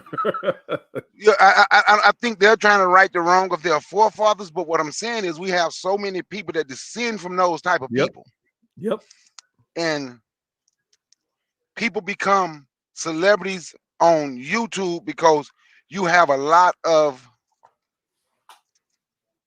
subscribers, as if you can't pay for subscribers. But and that's my thing. Every time you say something, if you say something, just think about it, man. If you say something about Donald Trump, blagger, go straight to, well, Obama didn't do anything for you in 2016. Okay, Obama ain't running. We talking about right now. She don't even mention us, and when she do mention you, well, I don't trust her no way. She ain't black anyway. Yeah, it's crazy.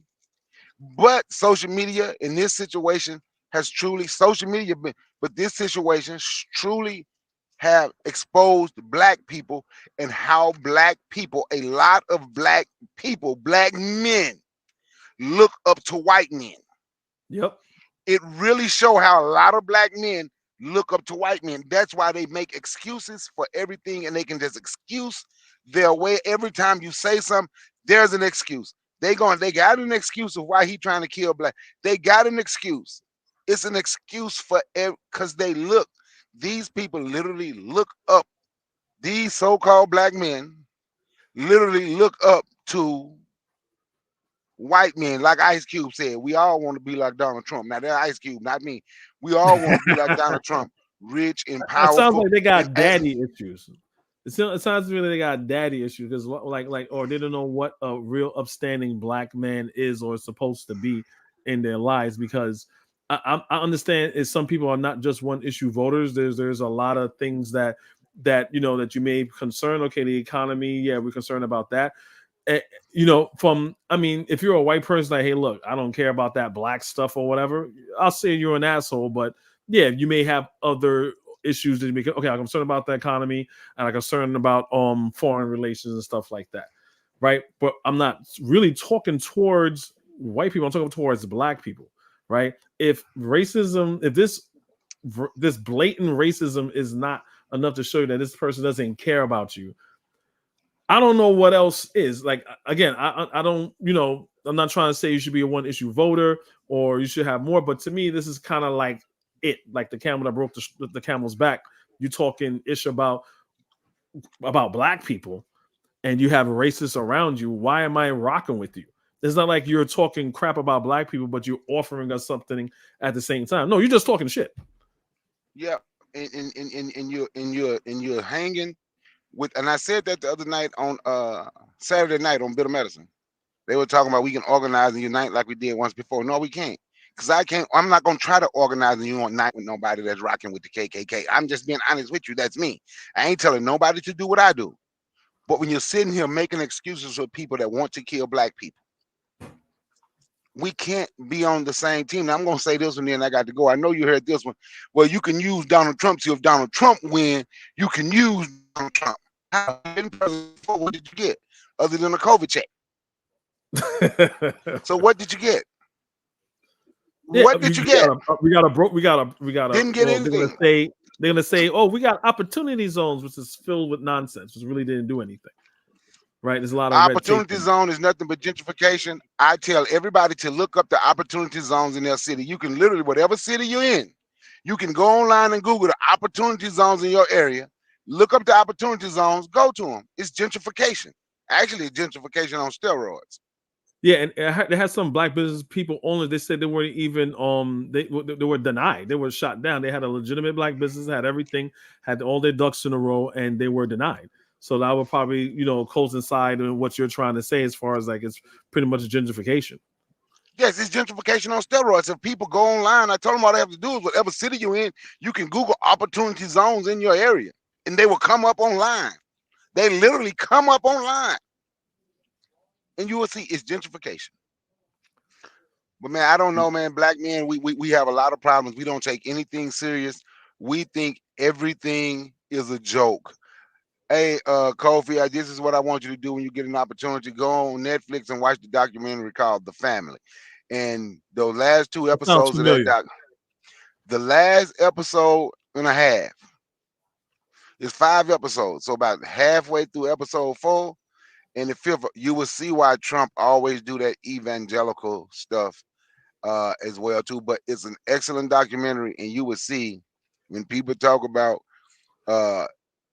because Trump is all about trying to garner power for himself. Yeah. And you will see, like the National Prayer Breakfast, you'll see who's behind the National Prayer Breakfast. Oh yeah, it's a Christian organization. Yeah, but all presidents go. Obama's been there, Clinton's been there, George Bush has been there. It's kind of like a Christian super PAC that they have called the International Prayer Breakfast, right? Yeah, but it's a group that run it. Not they started doing them all, but you have to watch it, and you will see, like, damn, these people got. Because when you start seeing the power and the people they deal with, and so on and so forth, it's like, okay, and they ain't Jews Yeah, either. yeah, they're not playing. And see the thing about us about if we can't. I mean, the thing about this that's bittersweet. It shows that black people are not a monolith. So when Kamala Harris, when she was on the national journalist thing, they were saying like, hey, you got black men that I think it was 1 out of 4 black men going to vote for Trump or whatever or something like that. And she said, what do you feel about them doing that? And do you have a problem with that? Because they should be voting for you. She was like, no, I feel just like black people are not a monolith. And I feel that I need to earn a vote just like everybody else. I think they're hopeless, but that's what Kamala says. And I'm saying this to align the stuff to say that we are not our recent ancestors as far as like growing up in the 60s and 50s, as far as boycotting. I have a friend that's Jewish, right? He's half black. He's half black, half Jewish, right? He's a co-worker of mine, right? He tells me so many things about the Jewish people that I don't even know. His parents been living here, I think, since after World War II, right? So they've been here for a while in New York. He told me, and I didn't even know this. He's like, you will never see a Jew driving a Mercedes Benz. He was like, but you'll see him drive a BMW, but they will not drive a Mercedes Benz. I was like, why wouldn't they drive a Mercedes Benz? Because he says because the Mercedes Benz, they were around during the time of Nazi Germany, and they were the engineers. So you'll never see a Jewish person driving a Mercedes Benz. It's blasphemy. I'm glad you said that, Kofi, because I do have to get off right now. But let me say that I'm glad you said that. You know something you'll never hear the Jew doing? You'll never hear a Jew bragging, because black people like to compare themselves to Jews or any other race of people. You'll never hear those people bragging and trying to find something good to say about a Nazi. Yep. But black people can clearly look to find something good to say about white nationalist KKK members. Yep. It's insane.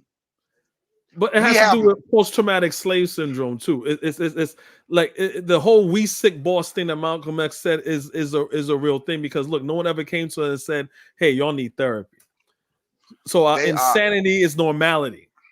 Yeah, it is insane. But I'm gonna get off here. I'm gonna have to listen offline. But I got to go. All right, Thanks no, for I'm letting me about to speak peace to the chat, man. Thanks, man. Yeah. All right, no problem, brother Bacarvi. Yeah, I'm about to close soon. Anyway, it is. I just wanted to put that out there. Yeah. So, brother Bacarvi is absolutely right. I think once we're not gonna go to war with white people, through arms. We're not gonna do that. You don't have to do that, right? All we do is need to get our minds right, right? Black first, a real B1, not this fake pro-black FBA ADOs B1, Pan-African B1, right? I should probably do a hashtag Pan-African B1, B1 Pan-African, right? Have that our mindset, right? And do the things that we need to do as far as like boycotting like little things and getting our money together. One thing that economist says, like Dr. Claude Anderson and other people saying like, hey, look, you get your money together, we get a couple, and Brother Bakari said it one time too, you get like a whole bunch of us, everyone just drop $100 or a month, right? We could do things like that, right? We could actually do things like that, but it's a matter of trusting a multitude of people and everyone to be on one chord. But if we've done it before, we could do it again. If other people could do it, we could do it better, right? So we just need to get our ish together, right? So that's pretty much it for today's show. I pretty much want to just put this out there as far as like, hey, just look out for Republicans. They're also saying that the Haitians are cannibals, and it's just sickening, right? What's up, Buana? Kofi. Hey, shout out to yourself, bro. You between you and Afro Think Tank and Brother Bakari. Oh goodness, man, you all are killing it with this with the Democratic side of this politics game, and you all running the Black Republicans off of the block. But I think that you all are keeping them honest, and you all are presenting another side, another version of the American politics people are not used to. And I think that you all are doing a yeoman's job, because people need to hear the other side. And YouTube right now is so heavy laden with the Republican aspect, the Black Republican aspect of things, but you all are presenting a different kind of narrative, and I respect it. I gotta say, I respect what you all doing. But shout out to the Haitian people as well, and what they doing in New York City and in Miami and in Boston as well, in trying to come against the nonsense that Trump is trying to create. But I just wanted to say, keep up the good work, bro. That's really it. Thank you. I really appreciate it, man. People like you and Bakari and all our brothers here from Bitter Medicine Podcast and others is the reason why I do what I do, because I have a love for Black people. Look, like you have, there's different narratives. Everyone, look, I like America. America's a place where you have freedom of speech, but certain things we need to be truthful about it. We have to see, okay, who's actually telling the truth, who has something in here to gain. Only thing I have to gain is the unification of my people. I'm not asking you guys for money, and I ask you guys for anything. I need to know. I need to clean up my channel a little bit and stuff like that. But as long as I'm able to come on here and converse with you guys and share information, and we all could converse and just talk about it, and talk about other viewpoints. To me, that's my main goal, man. And I really do. Oh, that's awesome, bro. No, that's awesome. By the way. For all the listeners, Kofi is going by the God Bess, and I want Kofi to describe who the God Bess is, because people may not know who Bess is. Well, Kofi is one of Guyana's revolutionaries that did you don't know the name of the place in Guyana, that he's from Ghana, right? So I took on his name. Bess is a African deity, is as old as, is over 3,000 years old. They found it in Kemet, but the first place where it came from was in Central Africa. So he's a fertility god. He's a god of good luck, and he's a warrior god. So if I was to blow it up, you would see him having like a knife in his hand or whatever, with his tongue stuck out. They have some similar things of best in Mesoamerica as well. That's similar. That's why, you know, some people would say, see, look, we've been here already, but that's another topic. But that's who the god best is. He's over 3,000-4,000 years old, and something that came from Central Africa all the way up to Egypt and into Kemet, into North Africa. So I used him, and I switched him because right now we need a warrior spirit, and we need good luck right now. So that's why I picked Best. That's why I use Best. Oh, Thanks for noticing that. No, I did notice that. Another question I have for you is, what do you think in reference to how Donald Trump is going at Haitians? How should the Caribbean people in America respond? Caribbean Americans, because we are one people, including our Black American brothers as well. But I'm saying that specifically, he attacking Haiti. So that's like attacking the Bahamas. That's like attacking Jamaica and Guyana. You know, so how do you feel like we should respond to that? I mean, we should be responding like how we always been responding since when Trump said that that they're bringing in criminals and from the Congo and all these other places. He's always been anti-black. So as long as you know Trump, especially in the last 4 years to this current date, we should be in uproar just like the Haitians, right? We should be in uproar just like the Haitians. So, and again, he's destroying a whole voter block. And the thing that I'm convinced that because I know Trump is stupid, but I thought at least he's savvy enough to pivot certain languages. The fact that he kept saying they're eating the pets, eating the dogs, to keep eating the animals, and he was fact checked, then it's like, sir, that's not happening. And he says, but I saw it on TV. I'm like, are you serious? Sounds like sounds like a child. Like, oh, daddy, I can fly. No, you can't, son. But I saw the man did it on TV. It's like, are you serious? You know, so we should all been in the uproar for the longest time since he called. I've been in uproar since he called Colin Kaepernick a son of a bitch. You know what I'm saying? That's in the beginning. All the man was doing was kneeling, showing what was happening with police brutality, what happened with Sandra Bland and Mike Brown, right? All the man was doing, oh, you're a son of a bitch. And back then we would take these people, you know, we do what to them. Then there was some black guy that was at a Trump rally, and he was he was yelling and screaming. They escort him out, and on his way escort him out, some old white dude punched him in the back of the head, and they all condoned it. Yeah, Kofi, I have a question for you, brother. Yeah. Now you said there when I looked at the site that you were referring to in terms of Haitian immigrants into the country, I think it was like almost 700,000. But within that 700,000, you have people, the children of, you have people who may be like within them immigrants. You have some of them immigrants are married to Panamanians, Mexicans, white Americans, all over. Mm-hmm. Why would you alienate? Why would you, as a president or a person who's running for the presidency, alienate not only 1 million people, but the people who are these people who are associated with within America? They're associated with all kinds of different kinds of people. So you're not only alienating the 700,000 Haitian immigrants, but you're alienating their lovers, their friends, their people who they're in relationship or close proximity to. Why would you, as a person running for president, do that? It doesn't make any sense. It's ridiculous. I don't understand. Make me understand. You all understand politics, American politics, better than I do. Explain that to me, please. I can't explain to you. Not even Donald Trump could explain it to him because it doesn't make any sense. It doesn't make any sense. He's just an idiot. Again, we have Republicans that used to be in his cabinet that say he's an idiot. His general says he's an idiot. His former chief of staff says, what's his name? So you have William Barr that said he's unfit. You have a lot of people in his cabinet say he's unfit and he shouldn't be president. You have Mike Bolton, right, which is a freaking war hawk.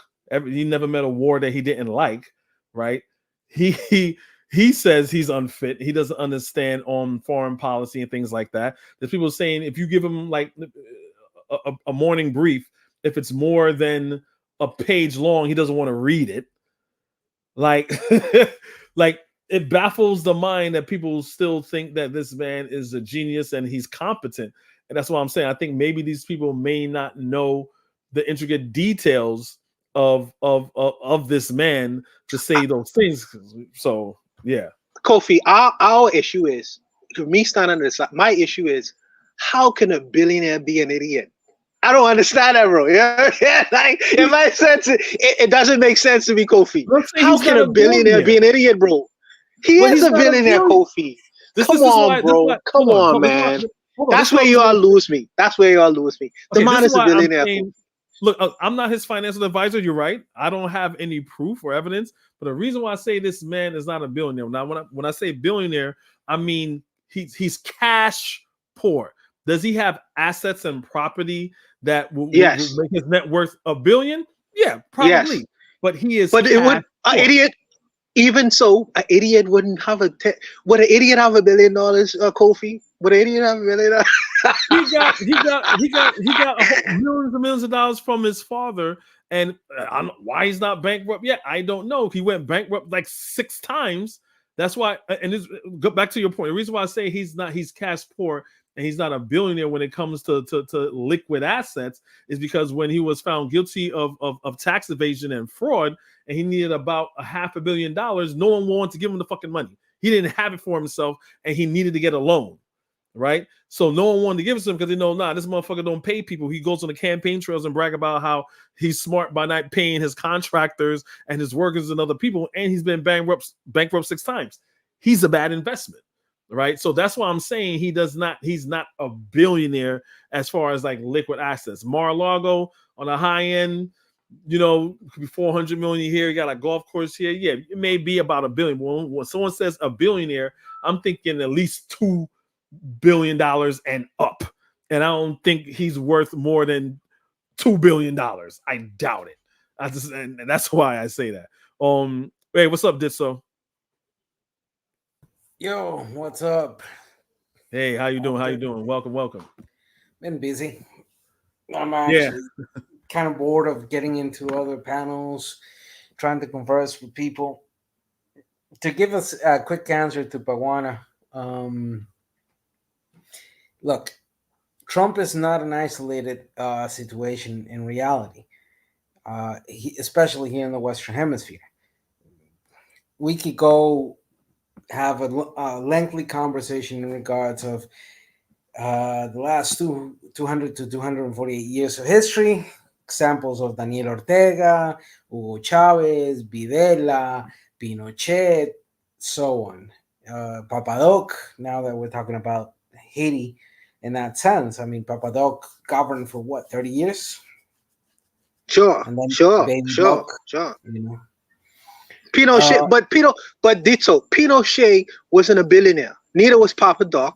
Neither was what's his name from Venezuela, the Venezuelan president you just mentioned. None of them was billionaires. I don't even think there was capital. None of them was capitalists. But maybe Papadoc. Maybe Papadoc. So I'm saying that what I'm questioning is that sometimes we say that Kofi says that Trump is an idiot. And I understand idiot based on politics. I understand what he says when he says that. But to me, he would be intelligent because he was able to make $1 billion and have $1 billion businesses around the world. The typical rank and file American person, white American, sees that and say, well, he has a level of success. And he is basically saying we have the ability to have the same level of success if we practice the same principles as he does. So this is his selling point for many so-called white Americans, vanilla Americans. I get what you're coming from. Let me give you a different perspective in this sense, much more simpler. To equate the illusion of success to intelligence of an individual without considering the context around that individual is also a a black hole, which if you fall into, you don't come back. If we look at the this type of mogul or this type of champion of so-called enterprise in the modern era of democracy, it's a farce. It is a complete and utter farce, because one thing that we see as a repeated pattern with the Rockefellers, with the Vanderbilts, so on, so many others, is that they've utilized corruption, and they've utilized the money to corrupt everything around them in order to achieve that so-called success.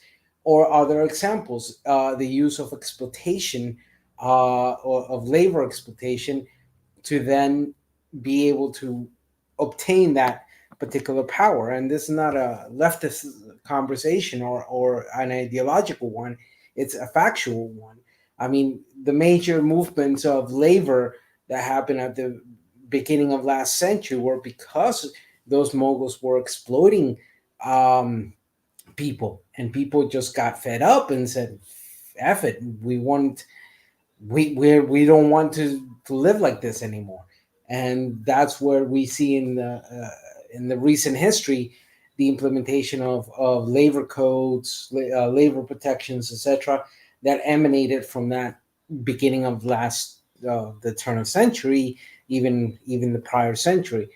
So to see somebody like Trump being able to reach that audience and being able to reach the White House, even regardless of the electoral college that was set up to avoid that type of particular individual to come and be able to obtain the power, is just a reflection of systematic, of continuing systematic problems that are derived from democracy in many ways. So him being a sorry if I'm taking too long. Him being a mogul, or somebody who has success in his business and yada yada yada yada, basically doesn't mean anything, because it only shows that if you look at it with a magnifying glass, you'll start finding inconsistencies. You still find the unethical practices. You'll find his willingness to break the system in order to gain something, or to take advantage of a broken system to then, Yeah, and also you have to consider it's not money that he made on his own. He got an inheritance, right? And he even said it himself. Dave Chappelle said one time, which was very true, when he was running, which appealed to a lot of just regular Americans, like, hey, look, yeah, Donald Trump said he made a lot of money. They say, hey, look, you're rich. You say the system's broken, and look, you were part of the system. He's like, yeah, because I took advantage of it, right? But Dave Chappelle's like, he said he's the only politician president to say, yeah, the system's broken, right? Told on everybody and ran back in and played the same game, right? So he's taking advantage of these things. So, he's invested in fossil fuel, right? So of course he's going to be against EPA, right? Of course he's going to be against green energy and things like that. So like Buana was saying, certain things, his hands is a little bit dirty with making money, which you really don't have to be intelligent, because someone says, okay, he's funded by the NRA. So any legislation that hinders the sale of guns, you're just going to be against it. And NRA just gives you money, which is legal. It's a campaign donation, but we all know it's bribery, right? And that's why you have people like Bernie Sanders and progressives that say, okay, we need to get money out of politics, because we're voting for people, but the individual person is not really giving money. They're listening to their donors, right? So that's why you have people that's why no one believes politicians, whether you're a Democrat or Republican. Like, yeah, you're full of shit. So people are like, oh, Obama ain't shit. Let me see your donors. That was a thing. And same thing here. Kamala Harris, I'm pretty sure she has a super PAC, and she has donors. Trump definitely has a super PAC and donors, right? So, you know, if we're going to talk plainly here, it shouldn't be like a partisan thing when it comes to that. They're very bipartisan. They're all in agreement. Both sides are in agreement when it comes to taking money from corporations. You know, so you know, pretty much.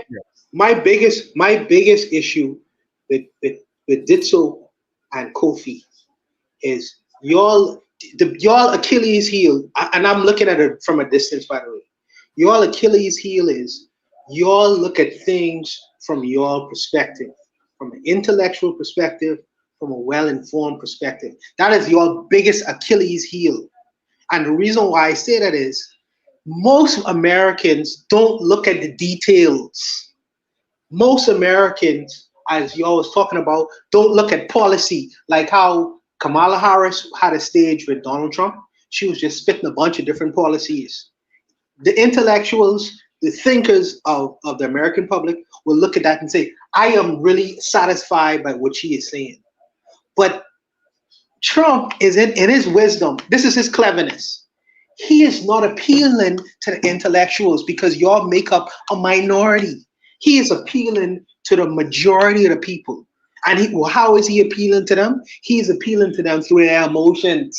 They're eating the dogs. This is what gets them going. They're eating the cats. And I think that what happens is, no, I'm telling you. I'm just laughing because you're saying Kamala Harris. I agree with you. Kamala Harris is when she's debating with Trump, she is in a college debate, right? Spouting policy. Donald Trump is in a WWE debate, a wrestling match. Agreed. And it's all performance. It's all performance. And I think that this is what the intellectuals miss. This is why I think y'all are in trouble. This is why I think y'all are in trouble. Because y'all are appealing to a minority of the people thinking, well, if I just state the facts to the reasonable voter will vote for me based on this. But in reality, and I love the American people, respect to them, but the American people are the mob. They vote based off their feelings and their opinions, their sentiments, their racism, their biases. And he plays to that. And I think that this is what your biggest Achilles heel is, what you all forget in your discussions. I promise you. Y'all are... Go ahead, brother. Go ahead. I'm sorry. I want to know, you have a point. I mean, don't get me wrong. You do have a strong point. And let me say it this way. Look, I've been working in politics 25 years out of my 43 years of life. And actually, I was pretty much born into politics because I was adopted by a Venezuelan and a Costa Rican. My mother was a lawyer, very active in social aspects, yada, yada, yada. Activist since she was young. She was always someone very political. My father was an ambassador. He the first time I lived in the United States is because he was appointed to the OEA as permanent ambassador for at least 4 or 5 years. That was late 80s, early 90s. So I walked the halls. Look, as a kid, I met George Bush. I met Bill Clinton. Eventually, I met Obama when he came down to Costa Rica. And I met Bush father also. So, and I met, ministers from all around the continent of America. I met Aristide, the infamous, famous president who was disposed and then came back from Haiti. I learned a lot of Haiti, of him. And then when I went to Haiti, and you met Aristide. Wow, you met Aristide. Yeah. Wow. I met Aristide. I was a young kid. I'm talking about when I was 14, 15. That time frame, that's the first time I met him. And then as I got older and I had the opportunity to go to Haiti, I stayed with close relatives of him. They gave me hospice for a few weeks while I was just fixing things over there and helping out. But anyhow, I get what you're saying. Look, the last 250 years of history, something that independence has shown to us is the fact that the masses are I'm gonna say, I don't know if you ever seen this. ISIS. I thought you were Okay, gonna say that too. hold on. The masses or the asses? Hold on. I'm gonna say it on this way. You know, these are people, common people of the land. You know, the simple people of everywhere. You know, That's morons. that's a diplomatic answer. No, hold on. And I'm gonna conclude. You know, morons. So yes, we can agree. And I was trying to quote Blazing Saddles. Have you ever seen that movie? Yeah. Yeah, long time ago. When the guy turns around, Gene Wilder turns around and he's talking to the black sheriff. He says, "You know, these are people of the land. These are simple people of blah blah blah blah blah. You know, morons." Yeah. That's exactly what I was trying to quote. Anyhow, but yeah, they're morons. And those of us who either have spent a lot of the time in politics and who have spent the time of breaking our eyes and learning the theory, reading the books, but also experiencing the facts. Because so far, in my experience, I've run 3 presidential elections in my country. I've run innumerable counts of local as well as congressional, you know, attempts of getting there. I myself had been a candidate for Congress once. I've also worked in different countries in that same area. I've worked in the fields. How was your experience more tailored to what Buana is saying, as far as like how was your experience relate to American politics? Ooh, that's gonna be very simple and direct. Because basically with me is like I see what Buana is saying, but it's like when it comes to that demographic of people, you could change their minds, but you can't spend too much time because some people are just stuck. I'm gonna tell you, the die has already been cast when it I'm comes gonna to tell you something that was taught to me, and it's a factual sense.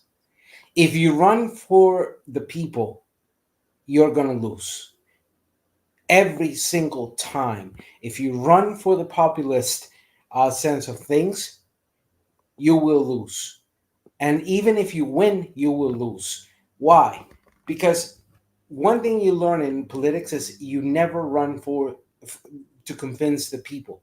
You run because you have a good plan. You have a base plan that once you get into the office, you'll be able to start executing.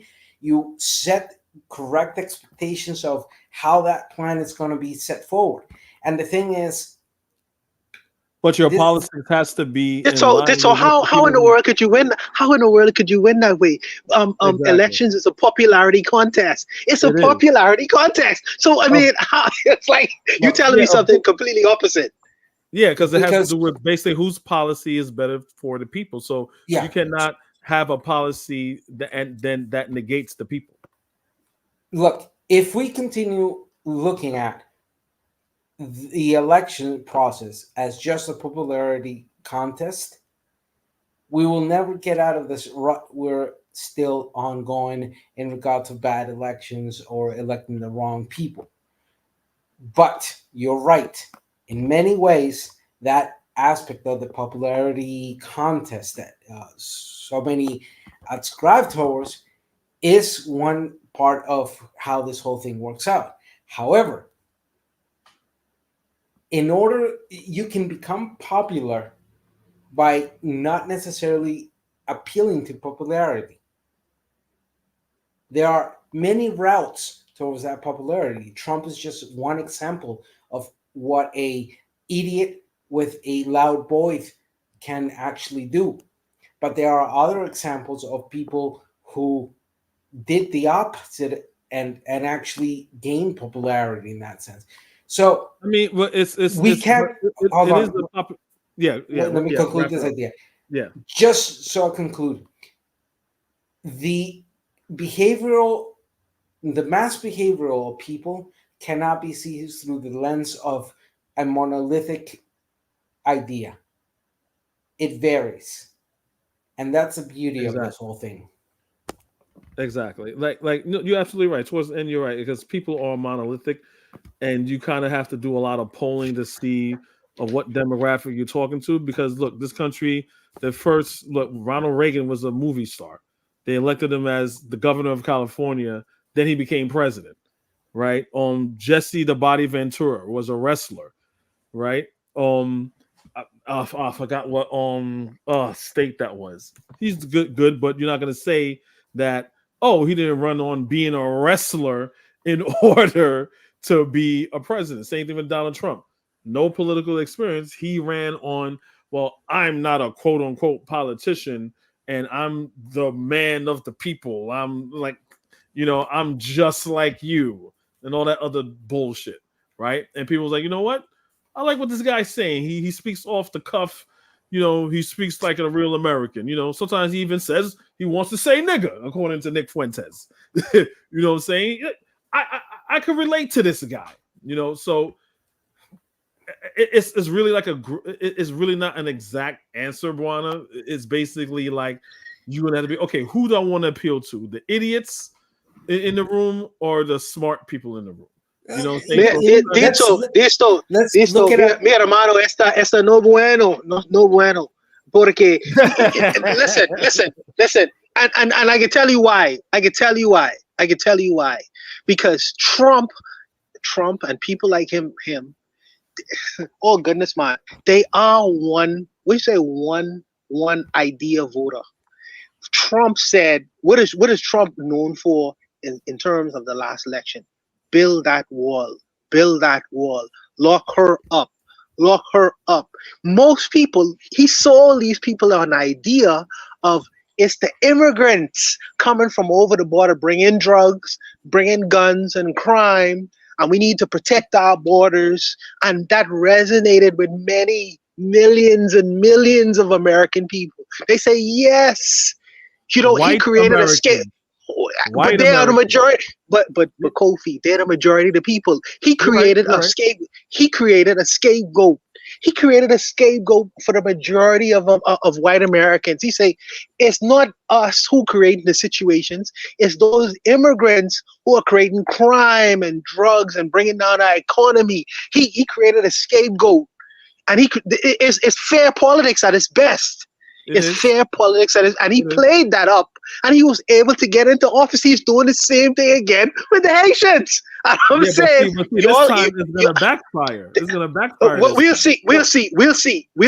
But I'm saying that y'all leftists lead with no. We'll see. This is polls now. It's polling now. This is not a reality. But I'm saying that the left. I'm watching from a distance.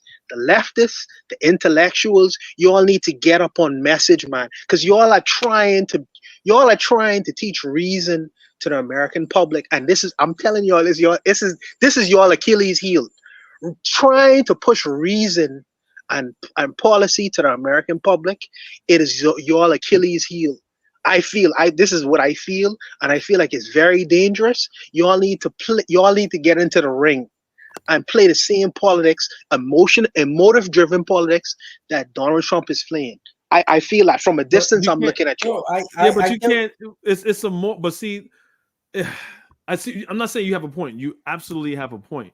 But my whole thing, if those type of people, you can't really reach to, right? The whatever polls are showing right now, right? Those polls are going to pretty much hold steady at a certain margin. Because no matter what you say, look, I spoken to people and I've seen things. There's no bottom. There is no bottom that Donald Trump would not do. That they will say, you know what? I'm not messing with black people. I asked them this question. You can go on my channel. What can Donald Trump do? He could rape women. He could be a pedophile. He could cheat on his taxes. He could lie about being a Christian. He could do scams. He could have a bunch of wives. He could have sex with a porn star. What is the bottom? There is no bottom.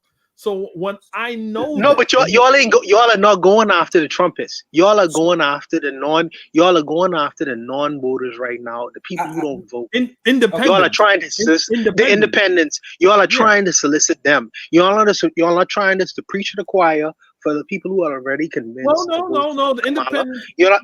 Yeah, so y'all are trying to go for the people who don't actually vote. So I'm saying, to me, that is still the mob, Kofi. It's still the mob, Ditso. It is still the mob, and y'all are how y'all appeal to them. Y'all are trying to appeal to them through their reason, and I'm thinking that is a big mistake. I personally believe that. I don't know what y'all think about that. Just real quickly to add but something. Independent isn't MAGA. MAGA is like, I got my mind made up. I don't know anything. You know what I'm saying? So there's no convincing them. The independence is more free of thought. They're not in the MAGA cult. They're not in the blue MAGA cult or the red MAGA cult. They're like, okay, I want to see. I don't follow politics all year. And this election year now, let me see what the other one's giving. I heard about this one. I heard about that one. Let me see what they're offering. That's who I'm talking to. I'm not talking to the, well, them goddamn immigrants, I don't know, and they taking my goddamn job. I'm not talking to them. Their decision is already made. You know what I'm saying? But go ahead, did so. No, and I'm about to wrap it up soon because my wife is looking at me like, "Oh, really?" we gotta get him out of here. We gotta get him out of here. So, just to give you a perspective, so we can conclude on this idea. The last 8 years, Trump won one election, lost the other one. Now we're on this. Ironically enough, him against another woman, which tells a lot. So, in a question of the 8 years that has passed, there's a counter on the behavioral decision making of the United States.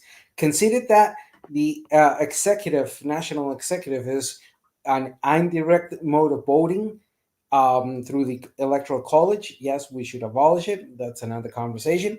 Yep. But so far, what everything is indicating to you is that Trump lost the popularity contest. And that's why Biden is president today. And now he's going for the third round. And the projections are telling us this is going to be a one hell of a fight. And this is more a personal analysis. But my position is that I see Harris winning by a very low margin, but winning at the end. And that win is going to signal a whole new era for United States, which will lead to different variations of the route that happened in Venezuela after the back late 90s at the end of the bipartisan model. Now, just to conclude and give you this perspective, for example, people like me who do not vote in the United States, but follows the politic extremely close, as well as other 35 nations here in the Western Hemisphere, when I talk, I don't give a damn about if that person is Democrat or bipartisan. I talk the issues. And if I'm talking to a MAGA, yes, I'm going to have a little bit more reservation because I know that person is not as educated as I am in the matters of politics. And for crying out loud, sometimes I have to nod it down, because if I let loose, I'm going to lose that person. They don't know the concepts. Exactly. They don't know the history. They don't know shit. And sometimes I just don't want to knock down, and I'm going to hit them hard with the facts, with the history, with everything I got. And they'll be lost because they don't handle the notions I handle in regards of the construction of democracy, the parameters of a nation, so how would you? So how would you talk to them? Because what you said is absolutely right. Because you try not to talk over their head. So how would you? I think Brian's want to know, how would you appeal to them instead of intellectualizing them and giving them facts? How would you appeal to them if they acting on a much lower vibration of emotion? It's simple. It depends. I also, as an individual, have the right to be selective.